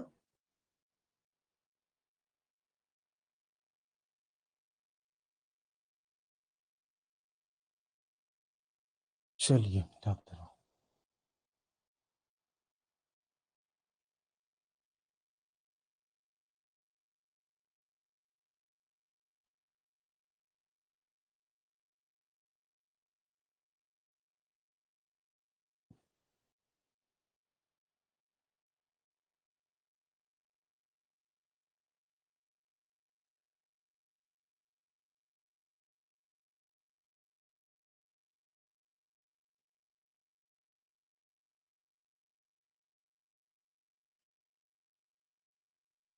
तो फर्स्ट है सिंधु गंगा घाटी, ठीक है, सिंधु गंगा का इलाका, सिंधु गंगा इलाका, ठीक है। अब सिंधु गंगा इलाका जो कहा जाता है, तो सिंधु गंगा इलाका में क्या क्या मिला है, तो कुदाल जो हम लोग को मिला है वो जखेड़ा से मिला है, ठीक है। लोहे की वस्तुओं में सबसे पहले लोहे की वस्तुओं में मिला क्या है, लोहे की वस्तुओं में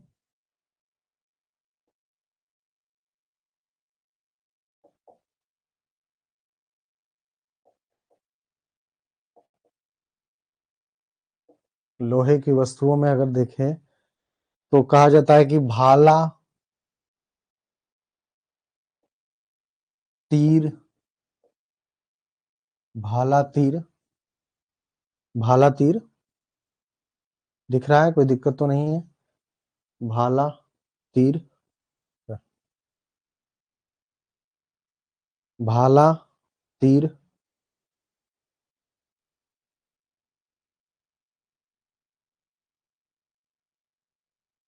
कांटे,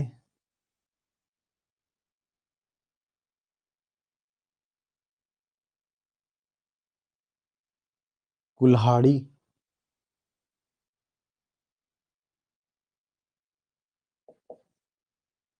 कुदाल, कुदाल, कुदाल का प्रमाण जो है ये कहा जाता है कि जखेड़ा से मिला है, जाखेड़ा, ठीक है। कुदाल का प्रमाण जो है वो जखेड़ा से मिला है। दरातियां, दरातियां,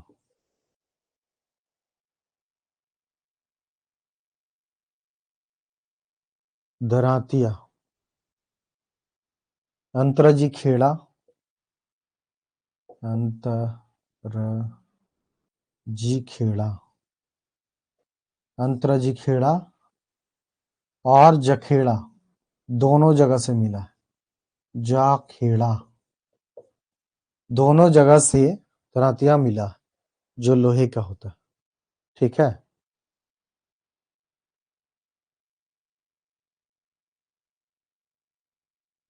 इसमें जो है अंतरजी खेड़ा से और जो मिला है, अंतरजी खेड़ा को ऐसे ही नहीं बहुत बड़ा स्थल कहा गया है लोहे का, चाकू फलक, थर्ड में चाकू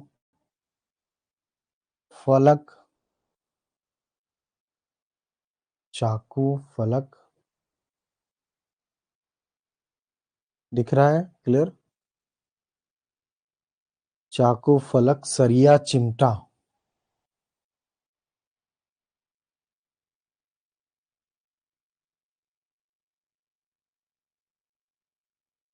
सरिया चिमटा, ठीक है। ये कहां से मिला है, तो ये भी हम लोग को अंतरजी खेड़ा से मिला है, अंतरजी खेड़ा से मिला है, अंतरजी खेड़ा से मिला है, ठीक है।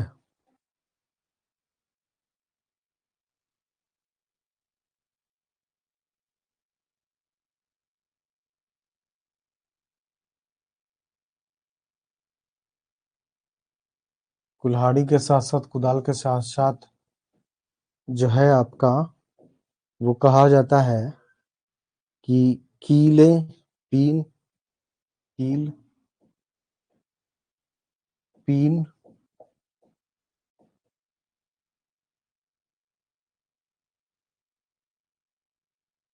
कील, पीन, कील और पीन मिला, ठीक है। तो ये सारे जो हथियार कहीं जो सारे जो वस्तुएं मिली है ये पूरा का पूरा लोहे का मिला है, और ये किस इलाका से मिला है, सिंधु गंगा इलाका से, ठीक है। ये सिंधु गंगा इलाका से ये पूरा का पूरा जो है ये पूरा मिला है, ठीक है। और इसमें इलाका भी बता दिया आपको, इलाका में जो कहा जाता है कि इसमें आलमगीरपुर, अल्लाहपुर, अंतरजी खेड़ा, हस्तिनापुर, खलौआ, मथुरा, रोपड़, सरदारगढ़, श्रावस्ती, नोह, काम्पिल और जखेड़ा, इन सारे जगहों पर मिला है। तो लिख लीजिए फिर से, लेकिन न कहीं फिर दिक्कत ना हो। लौह उत्खनन क्षेत्र अहिच्छत्र, अहिच्छत्र, दूसरा आलम सॉरी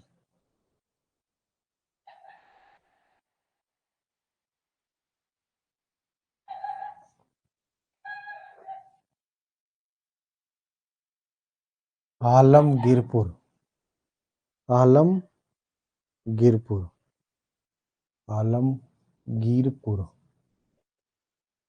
आलमगीरपुर, दूसरा हटा देता हूं।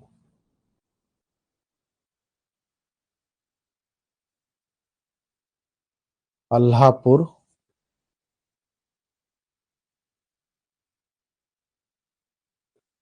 अल्लाहपुर,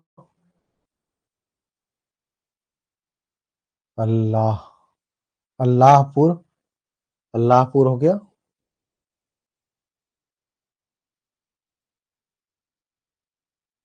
अल्लाहपुर, अंतरजी खेड़ा,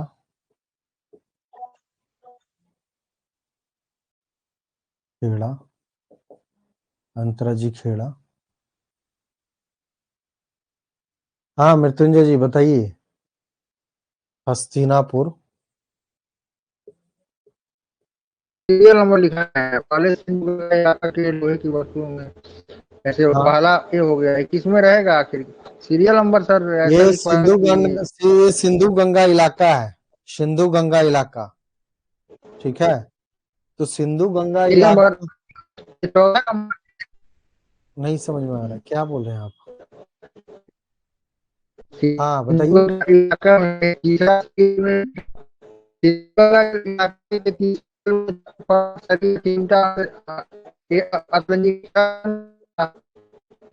और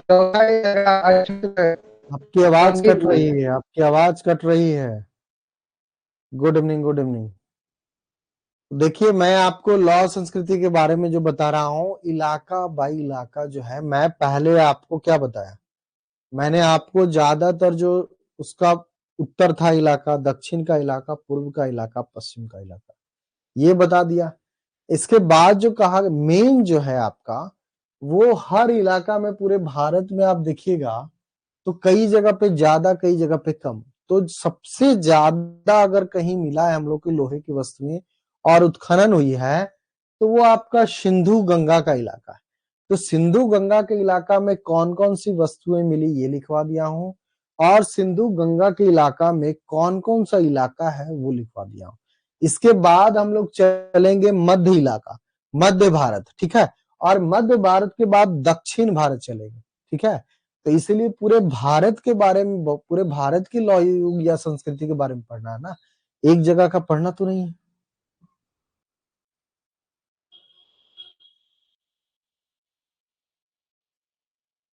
क्या एक सीक्वेंस से क्या लिखवाऊं? जैसे रहेगा वैसे ही तो लिखवाऊंगा। अब ये बताइए कि आपको स्टेट वाइज बता दिया, स्टेट वाइज लिखवाया कि नहीं लिखवाया? तो कई बार स्टेट वाइज पूछ देगा। अब मान के चलिए हम आपको कह दें नूह के बारे में, नूह तो कहाँ है, नहीं है। तो पहले मैंने क्या किया, स्टेट वाइज लिखवा दिया। स्टेट वाइज लिखवाने के बाद हम लोग क्या कर रहे हैं, जैसे जैसे प्रमाण मिला है, जहां जहां अधिकतम प्रमाण मिला है, आपको लिखना पड़ेगा ना। नहीं लिखने का मत है नहीं लिखिए, हमें क्या दिक्कत हो रही है। तो मैं ये तीन इलाका जो हिस्टोरियंस ने बांटा है लौह युग के लिए, तो लौह युग के लिए तीन क्षेत्र बांटा है। एक आपका पूरा सिंधु गंगा का इलाका, दूसरा मध्य भारत का इलाका, और तीसरा दक्षिण भारत का इलाका। तो जहां जहां जैसे जैसे मिला है उसी अनुसार तो आपको लिखवाऊंगा ना। तो सिंधु गंगा के इलाका में ही तो बता रहा हूं आपको कि सिंधु गंगा के इलाका में जो चीजें मिली है, जो वस्तुएं मिली है वो लिखवा दिया। उसके बाद सिंधु गंगा के इलाका में कौन कौन सा इलाका है तो वो मैं लिखवा रहा हूं आपको। क्यों इतना टेंशन ले रहे हैं? नोट्स बनाना है तो नोट्स तो बनाना ही है। आप अगर मेंस के आंसर राइटिंग में आपको कहा दिया जाए कि आप ये बताइए कि लौह युग पूरे भारत में था कि कुछ ही इलाके में था? अगर भारत में था तो कौन कौन सा इलाका में था, तो आप सिर्फ स्टेट वाइज निकाल देंगे। स्टेट वाइज में कितना स्टेट मैंने आपको बताया, उसमें भी तो बहुत कम अभी बताया हूँ। राजस्थान का भगवान, अभी साउथ का एमपी का बताया ही नहीं हूँ। मध्य भारत का और साउथ का अभी देखिएगा तो साउथ के इलाका में भी मिला है। तो कहीं ना कहीं मेंस वगैरह में लिखना होगा तो मेंस में तो पूरा लिखना पड़ता है ना। प्री में है तो प्री में तो मान के चलिए आपको कि कुदाल वगैरह पूछ दिया, ये सब पूछ दिया तो चल जाएंगे, लेकिन मेंस में क्या कर पाइएगा। तो मेंस में यही कह रहा हूं कि 3 भाग में पूरे लौह युग को बांटा गया है। भारत को 3 भागों में। अब 3 भागों में भी क्या, जहां सबसे अधिक मिला है, अब अभी पढ़ाने सबसे अधिक मिला है, तो ये जो इंडस वैली सिविलाइजेशन के लोग थे और ये इन इलाकों के लोग थे, तो कहीं ना कहीं इन्होंने सबसे पहले कांसे का प्रयोग कर लिया था। तो कांसे के बाद अगला जो होना था वो कहीं ना कहीं लौह का प्रयोग हुआ। तो इसीलिए सिंधु गंगा इलाका में सबसे ज्यादा लोहे का उपयोग किया गया और उसका प्रमाण भी हमें सिंधु गंगा का इलाका में मिलता है। ठीक है, इसके बाद मध्य भारत पढ़ाऊंगा, तो पढ़ते जाइए, धीरे धीरे करते जाइए।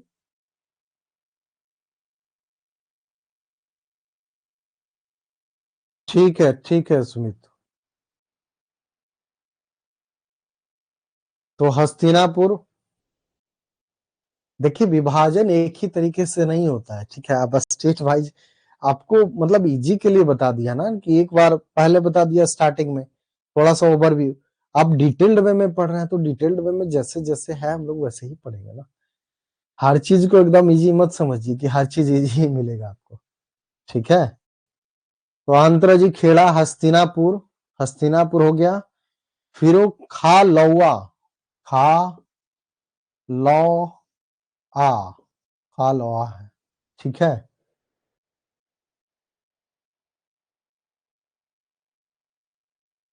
मथुरा, अब मथुरा इसमें अलग से मिल रहा है तो हम क्या करें। ठीक है, तो जो लिखा जाएगा हम वही तो बताएंगे आपको ना। मथुरा, रोपड़, रोपड़ कहाँ है देख लीजिए। तो ये इलाका जो पूरा है, इस इलाका में ये पूरा लॉ सेंट्रिक जो कहा जाता है, आयरन सेंट्रिक इलाका यही था, सिंधु गंगा का इलाका। ठीक है, तो हकरा पाट जो कहा जाता है पूरा राजस्थान वगैरह का इलाका, और ये पूरा जो गंगा घाटी और सिंधु का इलाका है, ये पूरा का पूरा यही सबसे ज्यादा आयरन यूज हुआ है। ठीक है, तो आयरन एज का पूरा पूरी सेंटर यही था। इसके बाद आपको मध्य भारत में मालवा में जो कहा जाता है थोड़ा मिलता है, उसके बाद अंततः साउथ इंडिया में मिलता है। तो मथुरा, रोपड़, सरदारगढ़, सरदारगढ़, सरदारगढ़, सरदारगढ़ के बाद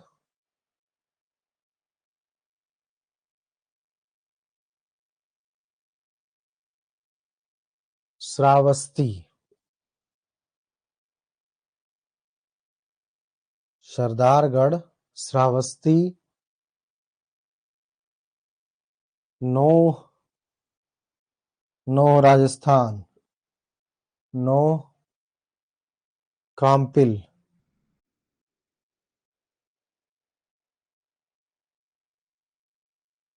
काम्पिल, और अंततः कौन सा पढ़ा है वो, जखेड़ा। तो जखेड़ा भी हो गया, जखेड़ा।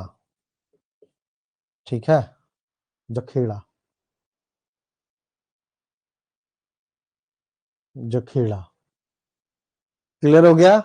तो सिंधु गंगा के इलाका में ये वस्तुएं मिली है, और सिंधु गंगा का पूरा जो इलाका है ये पूरा इलाका है। ठीक है, तो इन्हीं इलाकों में कहा जाता है जब खुदाई हुई तो इन्हीं खुदाई वाले इलाकों में पूरा पूरी लोहे की सामान जो है अलग अलग वस्तुएं मिली। तो इसीलिए हिस्टोरियंस ने और आर्कियोलॉजिस्ट ने एक जो कहा जाता है कि वो निर्णय दिया कि इस इलाका में अगर देखा जाए तो सिंधु गंगा का इलाका में सबसे ज्यादा आयरन का प्रमाण मिला है, लोहे की वस्तुओं का प्रमाण मिला है। इसलिए कहीं ना कहीं लौह संस्कृति का एक प्रकार से सेंटर के रूप में इसको कहा गया। ठीक है, तो जैसे जैसे है मैं पढ़ाते जा रहा हूँ, नहीं तो आप लोग कहेंगे तो इजी वे में उसी टाइम में पढ़ा करके निकल गया होता। 3 टाइम पढ़ाने की जरूरत ही नहीं पड़ती आप लोग को, ना आप लोग को इतना टेंशन होता है ना। लेकिन ध्यान रखिए कि थोड़ा आप लोग बोलेंगे हमें, लेकिन मैं सुनने वाला नहीं हूँ। जितना पढ़ाना है मैं पढ़ाऊंगा ही पढ़ाऊंगा आपको। चलिए, तो आप लोगों ने लिख लिया।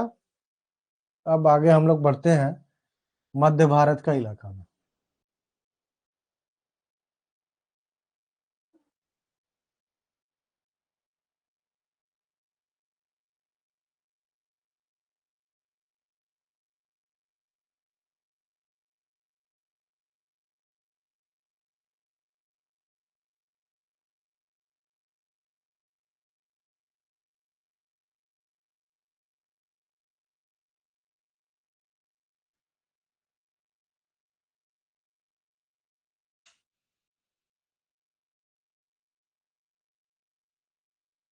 मालवा मध्य भारत, ये जो है मध्य भारत, मध्य भारत। ठीक है, तो पहला आपका हो गया सिंधु। अब हमें लगता है कि आप लोगों ने लिख लिया होगा। ठीक है, अब मिटा दे रहा हूं पूरा।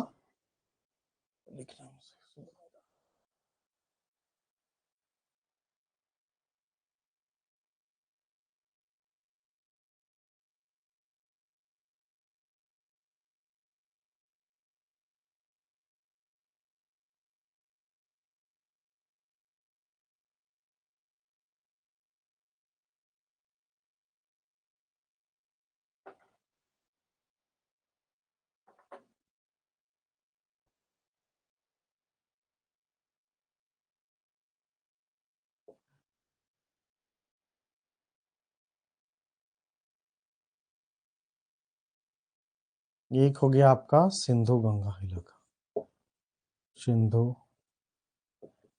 गंगा इलाका। दूसरा हो गया आपका मध्य भारत, मध्य भारत। तो मध्य भारत, तो सिंधु, अच्छा भारत कट जा रहा है।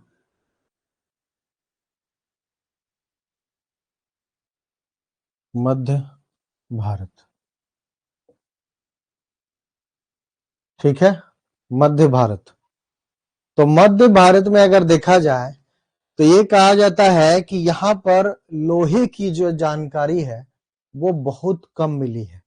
कुछ ऐसे इलाके हैं जहां पे लोहे का इस्तेमाल हुआ है और उसका प्रमाण भी मिला है। ठीक है, तो इसमें जो है प्रमुख स्थल जो है वो नागदा और एरन, 2 इलाका है। तो इसका 2 इलाका है, एक नागदा, नागदा, फर्स्ट नागदा, और दूसरा एरन, दूसरा एरन। ठीक है, नागदा और दूसरा एरन।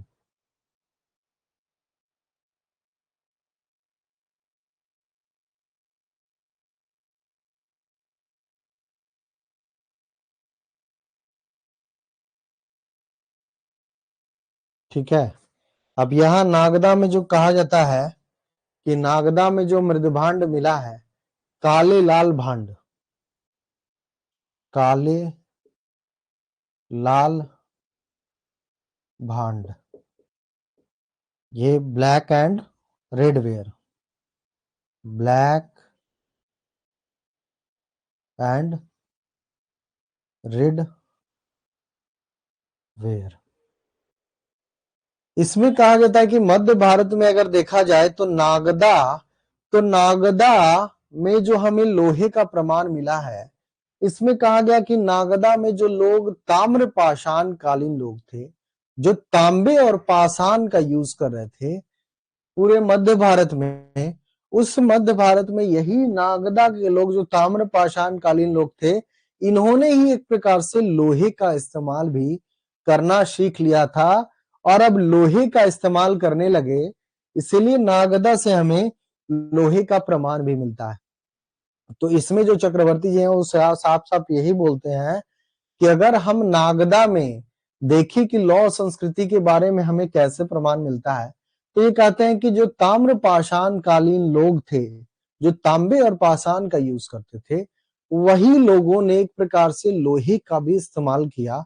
तो ताम्र पाषाण में एक प्रकार से लौह भी जुड़ गया। तो यही नागदा में रहने वाले लोग जो लौह एक प्रकार से तांबे और पाषाण का यूज कर रहे थे, अब लोहे का यूज करने लगे। और लोहे का जब यूज करने लगे तो इनके द्वारा जो बर्तन वगैरह कहा जाता है, जो इस्तेमाल किया गया था काले लाल भांड, ठीक है। तो इनका जो उस समय जो बर्तन इस्तेमाल होता था तो वो काले लाल भांड, ब्लैक एंड रेड वेयर, तो ये मिला है, ठीक है। तो इनका कहना था तो कि कहीं ना कहीं जो ताम्र पाषाण कालीन यह स्थल था और तांबे पाषाण का यूज करते थे, उसी में सिर्फ क्या हुआ, लोहा जो है वो जुड़ गया, लौह जुड़ गया।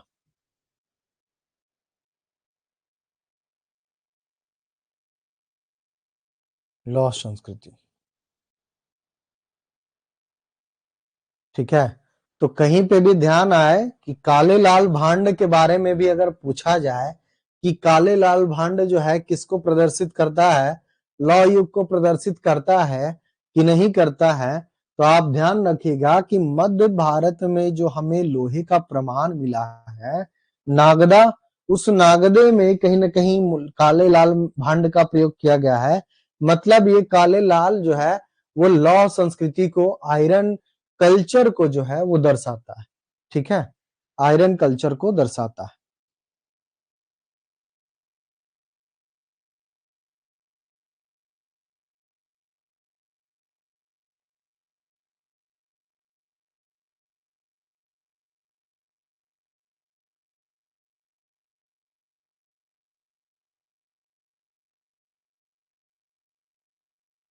क्लियर हो गया। और इसमें जो कहा जाता है कि ये काले लाल, इसके साथ साथ जो है इनका घर मकान वगैरह देखिएगा कि नागदा में जो लोग रहते थे वो कच्ची मिट्टी का जो प्रयोग करके जो घर बनता है, उसी प्रकार के ये घर बना करके एक प्रकार से नागदा के लोग रहते थे। और लोहे का एक प्रकार से औजार वगैरह इस्तेमाल करना सीख लिया था, ठीक है।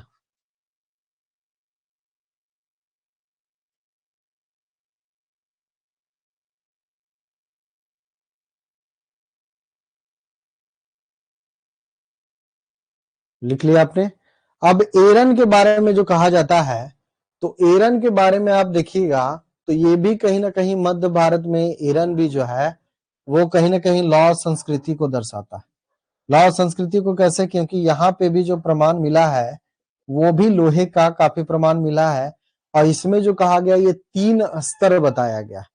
तो अगर रेडियो कार्बन तिथि से कहा जाए तो इसका जो है ये अलग अलग तिथि वर्णित किया गया है। इसमें कहा जाता है कि 3 काल का लोहे का प्रयोग मिला है, मतलब 3 अलग अलग पीरियड में लोहे का इस्तेमाल किया गया।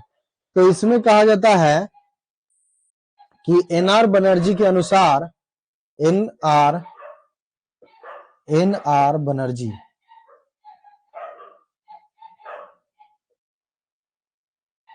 एनआर बनर्जी एनआर बनर्जी के अनुसार जो यहाँ पे लोहे का प्रमाण मिला है वो कहा गया कि 800 बीसी का है, ठीक है। 800 बीसी का एनआर बनर्जी मानते हैं।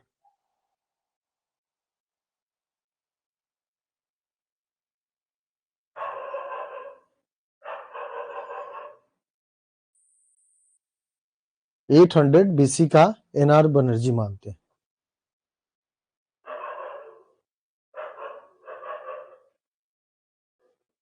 लिख लिया।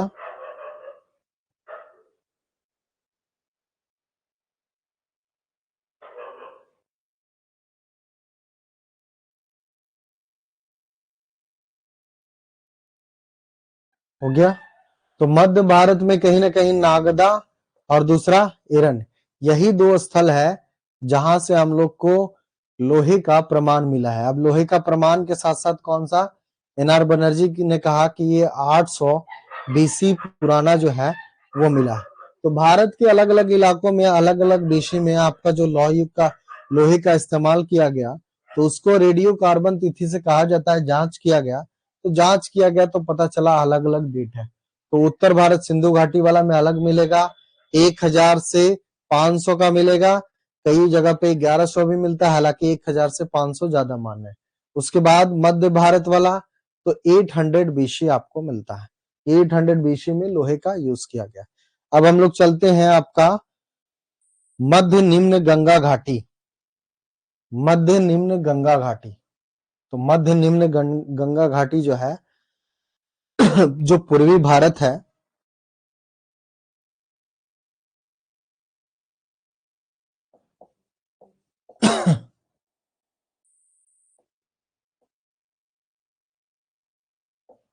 पूर्वी भारत दिख रहा है आप लोग को, कट तो नहीं रहा, ठीक है। मध्य निम्न गंगा घाटी तो 2 हो गया, सिंधु गंगा का इलाका मध्य भारत। अब हम लोग मध्य निम्न गंगा घाटी तीसरा में चलते हैं। तो मध्य निम्न गंगा घाटी में कहा जाता है कि यहां पर भी जो है, यहां पर भी कुछ इलाका मिला है, हालांकि इसका रिपोर्ट वगैरह जो है बहुत ज्यादा पब्लिश तो नहीं हुआ है, लेकिन फिर भी कहा गया कि कुछ ऐसे इलाके हैं जैसे पांडु राजार ढीबी, ये हो गया तो मिटा दे रहा हूं, पांडु राजार ढीबी,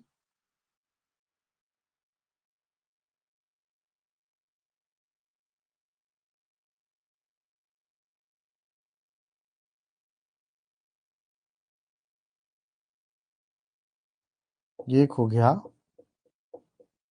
पांडु राजार ढीबी।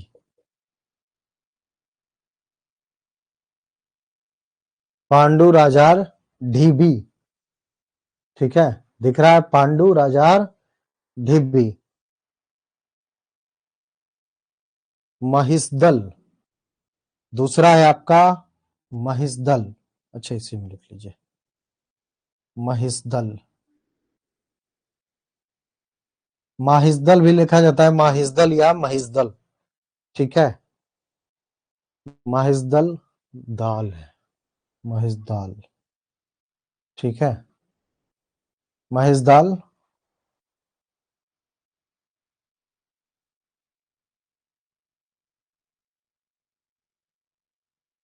ये दोनों जो कहा जाता है, ये दोनों जो है, ये कहीं ना कहीं कहा गया कि जो आप देखिएगा तो पश्चिमी में गंगा घाटी के पश्चिम में, ये जो गंगा घाटी के पश्चिम में बताया जाता है कि अजय अजय घाटी है, तो ये दोनों अजय घाटी में मिला है, अजय घाटी,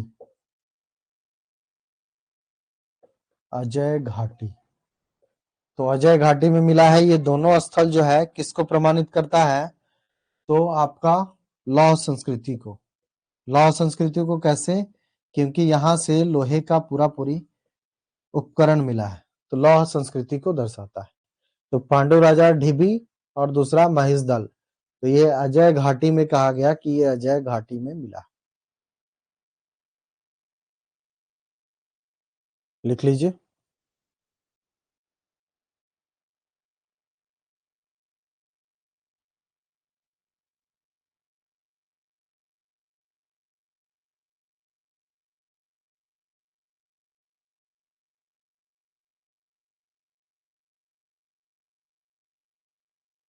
हो गया,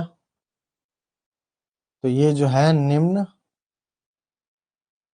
गंगा घाटी, गंगा घाटी, ये निम्न गंगा घाटी का पार्ट है। दूसरा जो है वो कहीं ना कहीं दूसरा जो है वो कहा जाता है कि मध्य गंगा घाटी, इसी में दूसरा आपका मध्य गंगा घाटी,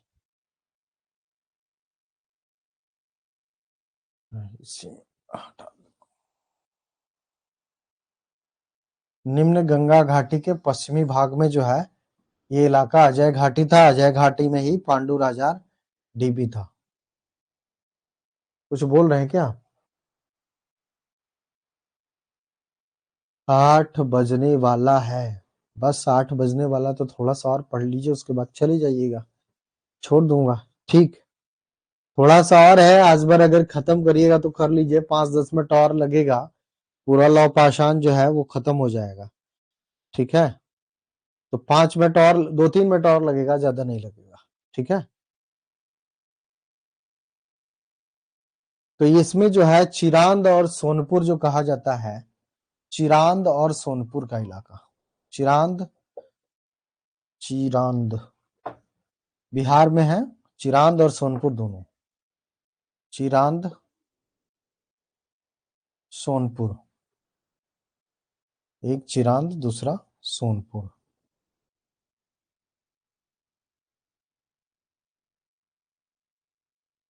ठीक है,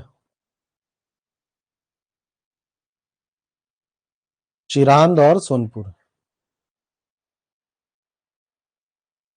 ये निम्न है, तो ये मध्य गंगा घाटी, मध्य गंगा घाटी, मध्य गंगा घाटी। तो मध्य, कहीं ना कहीं मध्य निम्न गंगा घाटी बोला गया है, पूर्वी भारत का इलाका। तो पूर्वी भारत का इलाका में निम्न गंगा घाटी जो, उसमें अजय घाटी है, उसमें पांडु राजा ढिबी और दूसरा महिषदल। ठीक है, तो दोनों किसका प्रमाणित करता है? लौह संस्कृति का। और जो दूसरा है मध्य गंगा घाटी, मध्य गंगा घाटी चिरांद और सोनपुर के बारे में बताता है। तो आपको क्वेश्चन में दे दिया जाएगा कि पांडु राजा ढिबी और महिषदाल, और आपको दे दिया जाएगा चार, पाषाण काल, ताम्र पाषाण काल, कांस्य युगीन या लौह।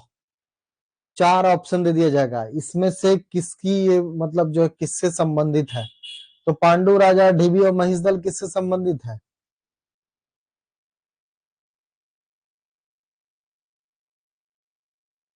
ठीक है, सोनपुर सबसे, हाँ सोनपुर, सोनपुर कहीं ना कहीं आपका पशु मेला है। ठीक है, तो सोनपुर पशु मेला के लिए बहुत ही फेमस है, तो आज भी सोनपुर पशु मेला के लिए जाना जाता है।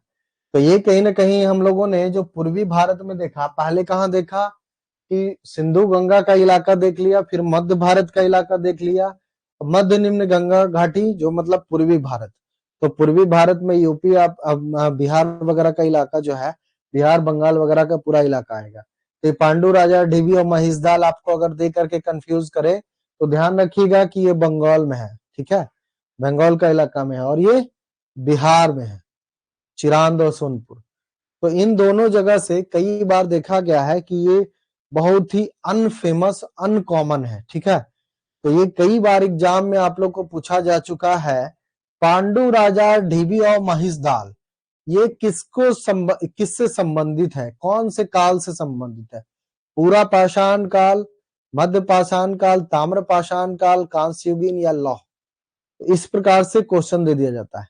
अगर आपको पता है कि पूर्वी भारत में दो ही इलाका मिला है, निम्न गंगा घाटी और मध्य गंगा घाटी, और निम्न गंगा घाटी में पांडु राजा ढिबी है और महिषदाल, इन दो ही जगह से लोहे का प्रमाण मिला है, लौह संस्कृति के बारे में, और दूसरा चिरांद और सोनपुर।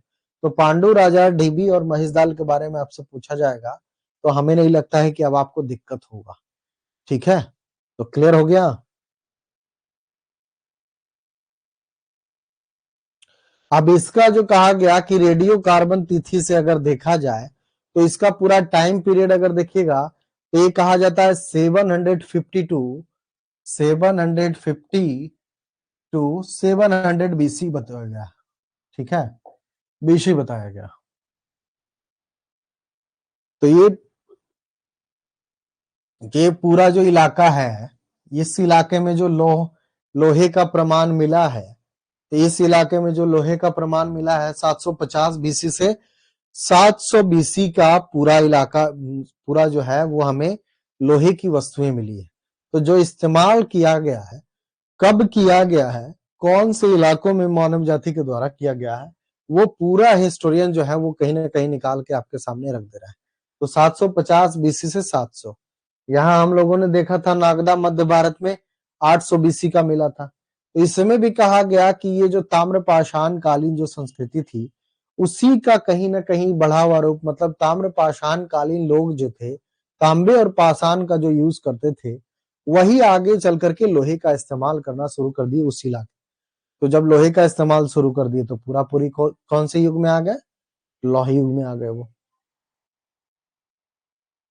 ठीक है, अब इसमें एक और है, लास्ट आपका है दक्षिण भारत। ठीक है, दक्षिण भारत।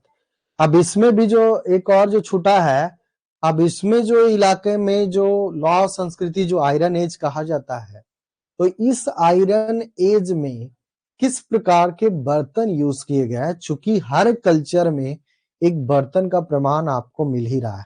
तो काले लाल इसमें भी आपको कहा जाता है, दिख रहा है आपको,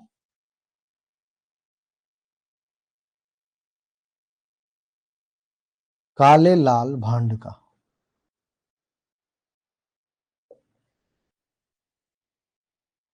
ठीक है, काले लाल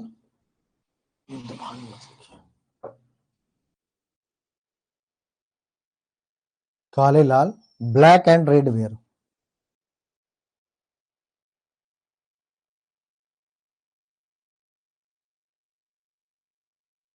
तो देखिए ये पहचान मिल गया ना, काले और लाल मृदभांड, ब्लैक एंड रेड वेयर। तो अब आप लोग से पूछा जाएगा कि क्या ब्लैक एंड रेड वेयर जो है वो लौ संस्कृति को दर्शाता है कि नहीं दर्शाता है। तो आप बोल सकते हैं ना कंफर्म कि हाँ, पूर्वी भारत में भी जो 750 से 700 बीसी में जो लोहे का प्रमाण मिला है पूर्वी भारत में, वो किसका है, वो कौन से बर्तन को दर्शाता है, काले लाल भांड को। अब यहां भी हम लोगों ने क्या देखा, मध्य भारत का इलाका, तो ये भी 800 बीसी का है, इसमें भी कौन से बर्तन का यूज हो रहा है, काले लाल भांड का, ब्लैक एंड रेड वेयर का। तो इन दोनों जगह पे आपको क्या मिल रहा है, काले लाल भांड आपको मध्य भारत में भी मिल रहा है और पूर्वी भारत में भी मिल रहा है। जबकि आपको सिंधु गंगा का इलाका आप देखेंगे तो पेंटेड ग्रे वेयर मिला है, पेंटेड ग्रे वेयर मिला है, चित्रित धूसर मृदभांड। लेकिन चित्रित धूसर मृदभांड भी किसको प्रयोग, ये कौन सी एज का है, तो लौह युग का है, ठीक है।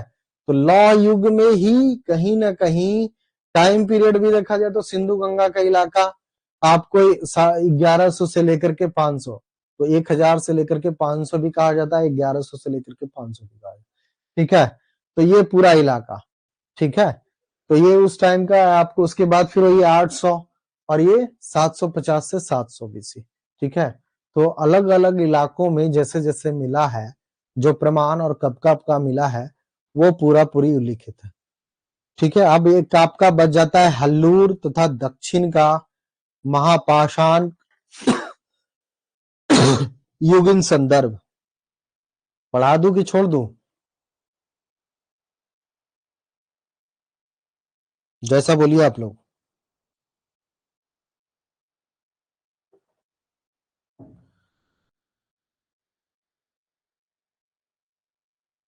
पढ़ लीजिए, 2 मिनट 2-3 मिनट में हो जाएगा, ठीक है, बहुत ज्यादा नहीं है। तो अभी अगर छोड़ूंगा तो फिर आपको शुरू से हमें देखना पड़ेगा। तो ये हो गया सिंधु गंगा मध्य और मध्य निम्न गंगा घाटी। अब हम लोग देखेंगे कौन सा, ये पूरा इलाका हो गया इधर का। अब दक्षिण का बचा हुआ थोड़ा सा, तो दक्षिण का थोड़ा सा पढ़ लेते हैं, तो ये पूरा लौह युग जो है हम लोग का समाप्त हो जाएगा, ठीक है।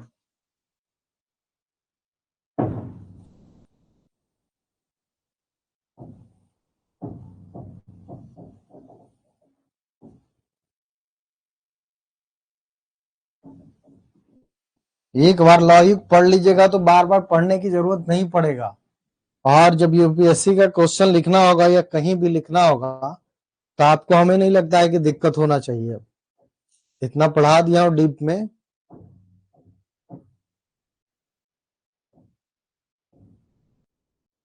बस 2 मिनट और रुक जाइए, लास्ट, ज्यादा नहीं पढ़ाऊंगा। 2 मिनट टाइम देख लीजिए, 2 मिनट के बाद छोड़ दूंगा पक्का, ठीक है।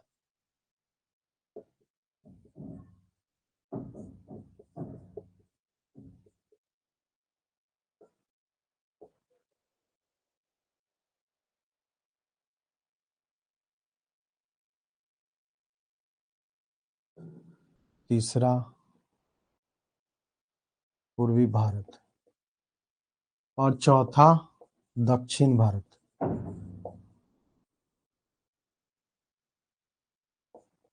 दक्षिण भारत, तो ये हम लोगों ने पढ़ा, पहला सिंधु, दूसरा मध्य और तीसरा पूर्वी और चौथा दक्षिण भारत। तो दक्षिण भारत में ये कहा जाता है कि हल्लूर जो है, हल्लूर दक्षिण भारत में हल्लूर, हल्लूर का नाम आता है। हल्लूर के बारे में कहा जाता है यहां से जो है हमें लौ संस्कृति का प्रमाण मिला है, लौ संस्कृति का प्रमाण मिला है।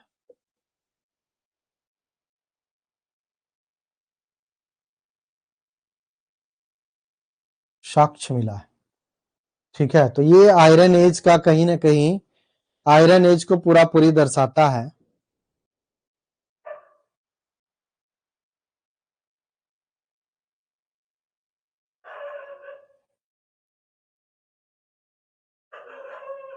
ये दक्षिण भारत को कहीं ना कहीं आप देखिएगा तो पूरा जो कहा जाता है कि दक्षिण भारत में जो महापाषाण काल जब चला था, महापाषाण काल, महापाषाण काल, तो महापाषाण काल में कहा जाता है कि ये जब महापाषाण काल दक्षिण में चल रहा था उसी टाइम में लौ संस्कृति का भी प्रमाण मिलता है।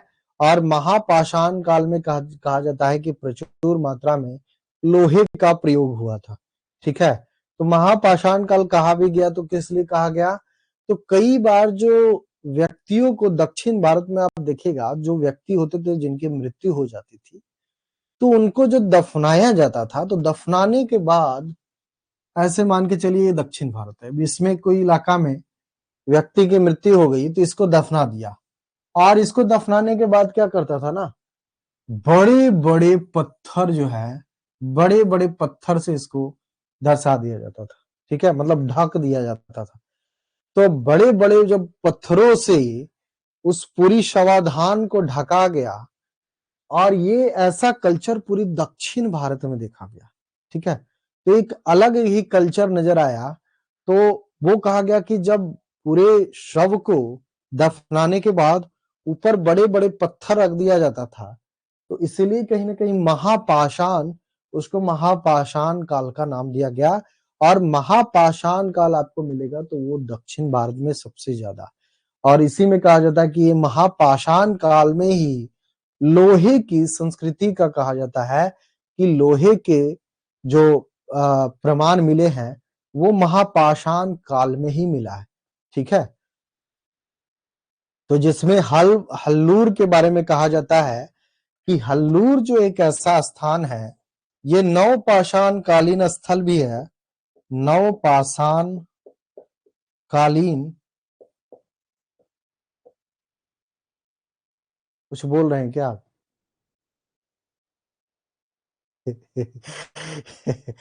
और महापाषाण कालीन चरण, और और महापाषाण कालीन चरण। अब 2 मिनट बोलता हूं तो आप लोग को रोकने के लिए थोड़ा बहुत तो बोलना पड़ता है। महापाषाण कालीन चरण, ठीक है, थोड़ा बहुत लास्ट है बचा हुआ तो अब 2 मिनट के क्या बोलूं। नवपाषाण कालीन और महापाषाण कालीन के बीच में जो कहा जाता है, जो संक्रमण है वो कहा जाता है, मतलब दोनों, इन दोनों चरण के बीच का जो है वो हल्लूर है। तो ये पूरा महापाषाण काल में कहा गया कि महापाषाण काल की जानकारी हमें दक्षिण भारत में मिलती है और इसी महापाषाण काल के दौरान जो है बहुत सारी लोहे के उपकरणों का इस्तेमाल किया गया। उसमें हल्लूर एक ऐसा स्थान है जो पहले नवपाषाण कालीन स्थल भी था और कहीं ना कहीं महापाषाण कालीन स्थल, तो दोनों के चरण के बीच का मतलब इसको हल्लूर को बताया गया और हल्लूर में ही कहा गया कि सबसे ज्यादा एक प्रकार से दक्षिण भारत में लोहे के उपकरण वगैरह भी मिले हैं। ठीक है, तो ये लौ युग संस्कृति का एक प्रकार से प्रतिनिधित्व करता है हल्लूर दक्षिण भारत में। ठीक है, तो बस यही था लौह युग। तो लौह युग में मैंने बता दिया आपको सिंधु गंगा का इलाका, दूसरा मैंने मध्य भारत का इलाका बता दिया, तीसरा पूर्वी भारत और चौथा दक्षिण भारत। ठीक है, अब अगर आप लोग को नहीं पढ़ना था तो पहले बता दिए होते तो हम इतना डिवाइड कर करके आपको पूरा उत्तर भारत, मध्य भारत, पूर्वी भारत और दक्षिण भारत करके ना पढ़ाया होता और पंजाब, हरियाणा, राजस्थान और ये जो एमपी का इलाका है उसमें पढ़ा करके निकाल के निकल गया होता तो कहाँ ये सब पता चल पाता आपको। ठीक है, तो जैसे जैसे डिवाइडेशन है वैसे वैसे मैंने आपको बता दिया, ताकि मेंस भी लिखना हो तो आपको दिक्कत ना हो। सिर्फ यहाँ पर प्री का ही क्लास नहीं कर रहा है, प्री और मेंस दोनों साथ चल रहा है। ठीक है, तो थोड़ा सा डिटेल्ड वे में देखना पड़ता है। आपको लौह युग के बारे में ज्यादातर किताबों में खोजिएगा, बहुत कम जानकारी मिलेगी। ठीक है, हाँ, 2 मिनट्स इंटू, हाँ ठीक है, 5 मिनट हो गया। अब जाइए, अब छोड़ दिया, लास्टली छोड़ दिया, खत्म हो गया लौ युग। लौ युग खत्म हो गया, आयरन एज समाप्त हो गया, 5 मिनट में समाप्त हो गया। अच्छा, आज बहुत अच्छे से क्लियर हो गया सर। ठीक है पूजा, और आगे बने रहिए, आगे लगातार क्लास करिए और भी क्लियर होगा। ठीक है, तो देख लीजिएगा, कहीं ऐसा मिले आपको तो बताइएगा कि लौ युग पे जितना आपको डिटेल्ड वे में पढ़ाया हूँ, कहीं पे भी ज्यादातर स्टूडेंट जो है, अगर लॉ युग से क्वेश्चन आ जाए ना, छोड़ के निकल जाएंगे, कहेंगे यार लॉ युग के बारे में कहीं मिलता ही नहीं तो कहाँ से पढ़ेंगे, कोई बताएगा तभी तो जितना हो सकता था डिटेल्ड वे में आप लोग को पढ़ा दिया। अब प्री का आए क्वेश्चन या मेंस का क्वेश्चन आए, आप लोग डील कर लीजिएगा। ठीक है, अभी आप लोग पे है। Okay sir, thank you. ठीक है, हाँ हाँ, थैंक यू थैंक यू। ठीक है, आप सभी का स्वागत है, वेलकम। और कुछ, तो चलिए, अब आप लोगों को कोई क्वेश्चन तो नहीं है, कुछ पूछना है? नहीं पूछ रहा है, नहीं पूछ रहा है तो अब हम लोग क्लास फिनिश कर दिए हैं। अब लास्ट, अब हम लोग क्लास फिनिश करेंगे। ठीक है, कल मिलिएगा, कल सॉरी, कल मिलना नहीं। अच्छा, हम थोड़ा सा साइड हट जाएं, तो मतलब शिवम जी आपने नहीं लिखा है अभी, कोई बात नहीं, लिख लीजिए।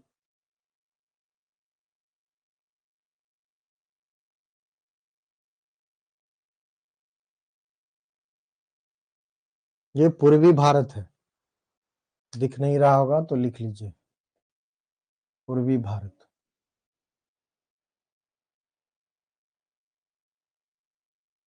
कल आप लोग की छुट्टी है, ठीक है, कल क्लास नहीं चलेगी आप लोग की, क्योंकि फिर परेशान करेंगे स्टूडेंट के सर आज पूजा है, सरस्वती पूजा है, पेन नहीं छूते, कॉपी नहीं छूते, तो उस दिन पढ़ाई कैसे करेंगे।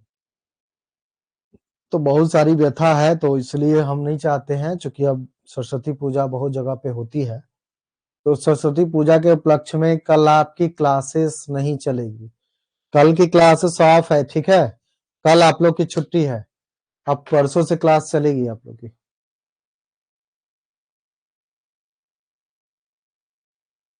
बताऊंगा, पय्यम पल्ली बताऊंगा, पाषाण युग जो है ना, महापाषाण काल का थोड़ा सा और है, चूंकि आप लोग जल्दीबाजी में कर रहे हैं तो शॉर्टकट में मार के निकलना पड़ा, तो महापाषाण काल थोड़ा सा और आप लोग को पढ़ाऊंगा, उस टाइम में थोड़ा सा आपको बता दूंगा। ठीक है, तो पाषाण महापाषाण काल में जो मिलेगा वो बता दूंगा, उसी समय में कुछ और है तो वो लिखवा दूंगा। ठीक है, और थोड़ा बहुत रहे, एक आध दो रहे तो आप लोग भी थोड़ा देख लीजिएगा, अभी नोट्स वगैरह मिलेगा ना, तो उसमें भी मिल जाएगा आपको। ठीक है, महापाषाण काल में कि कैसे कैसे पूरा बनाया जाता था, वो उसका पूरा दिखा दूंगा फिगर, क्लास नेक्स्ट क्लास में आइएगा तो। ठीक है, हाँ हाँ, हस्तिनापुर भी रह गया, तो हस्तिनापुर पहले तो बताया था, लेकिन कहीं ना कहीं हस्तिनापुर बहुत इंपॉर्टेंट है, तो पढ़ा दूंगा। ठीक है, हस्तिनापुर में बीबी लाल का जो काम है उसके बारे में पहले वाले क्लास में आप लोग को पढ़ा चुका हूँ, लेकिन लेटेस्ट वाले में थोड़ा सा बचा हुआ, तो कितना शॉर्टकट मारू, कितना लॉन्ग भी चलू, ज्यादा लॉन्ग भी नहीं चल सकता, ज्यादा शॉर्ट भी नहीं चल सकता। ठीक है, ठीक है, तो महापाषाण बचा हुआ है, और आपका एक जो बचा हुआ है वो तो नेक्स्ट क्लास में वो भी डील कर लेंगे। ठीक, आप लोग का डिमांड है तो ठीक है, कर दूंगा। तो चलिए, अब हम लोग हो गया आपका, तो कल जो है, कल आपकी क्लासेस नहीं होगी, कल आप लोग की छुट्टी है। ठीक है, वो परसों मिलेंगे हम लोग। परसों कौन सा डे है? Tuesday, Wednesday, Friday, Thursday, Thursday. ठीक है, तो फिर हम लोग परसों मिलेंगे अब, और हो सकता है कि कल तक आप लोग का जो है वो मटेरियल भी मिल जाए। टेस्ट सीरीज वगैरह के बारे में बोला हूं तो ध्यान रखिएगा, कुछ स्टूडेंट आगे बढ़ जाएंगे, आप लोग ऐसे ही बैठे रह जाइएगा 300-400 रुपए के चक्कर में। तो 300-400 रुपए मत देखिए, टेस्ट सीरीज करते जाइए, जैसे जैसे क्लासेस चलती जा रही करते जाइए, आप लोग के लिए बेटर होगा। ठीक है,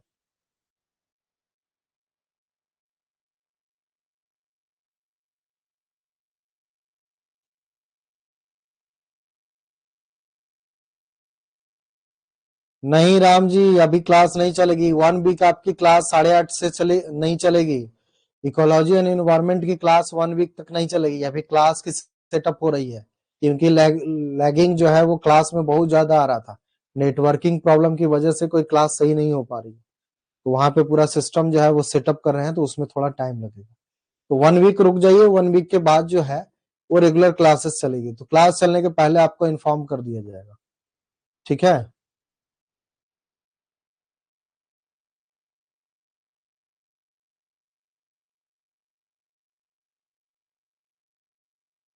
ठीक है, तो आप क्लास फिनिश कर रहे हैं। हैप्पी सरस्वती पूजा आप लोग को।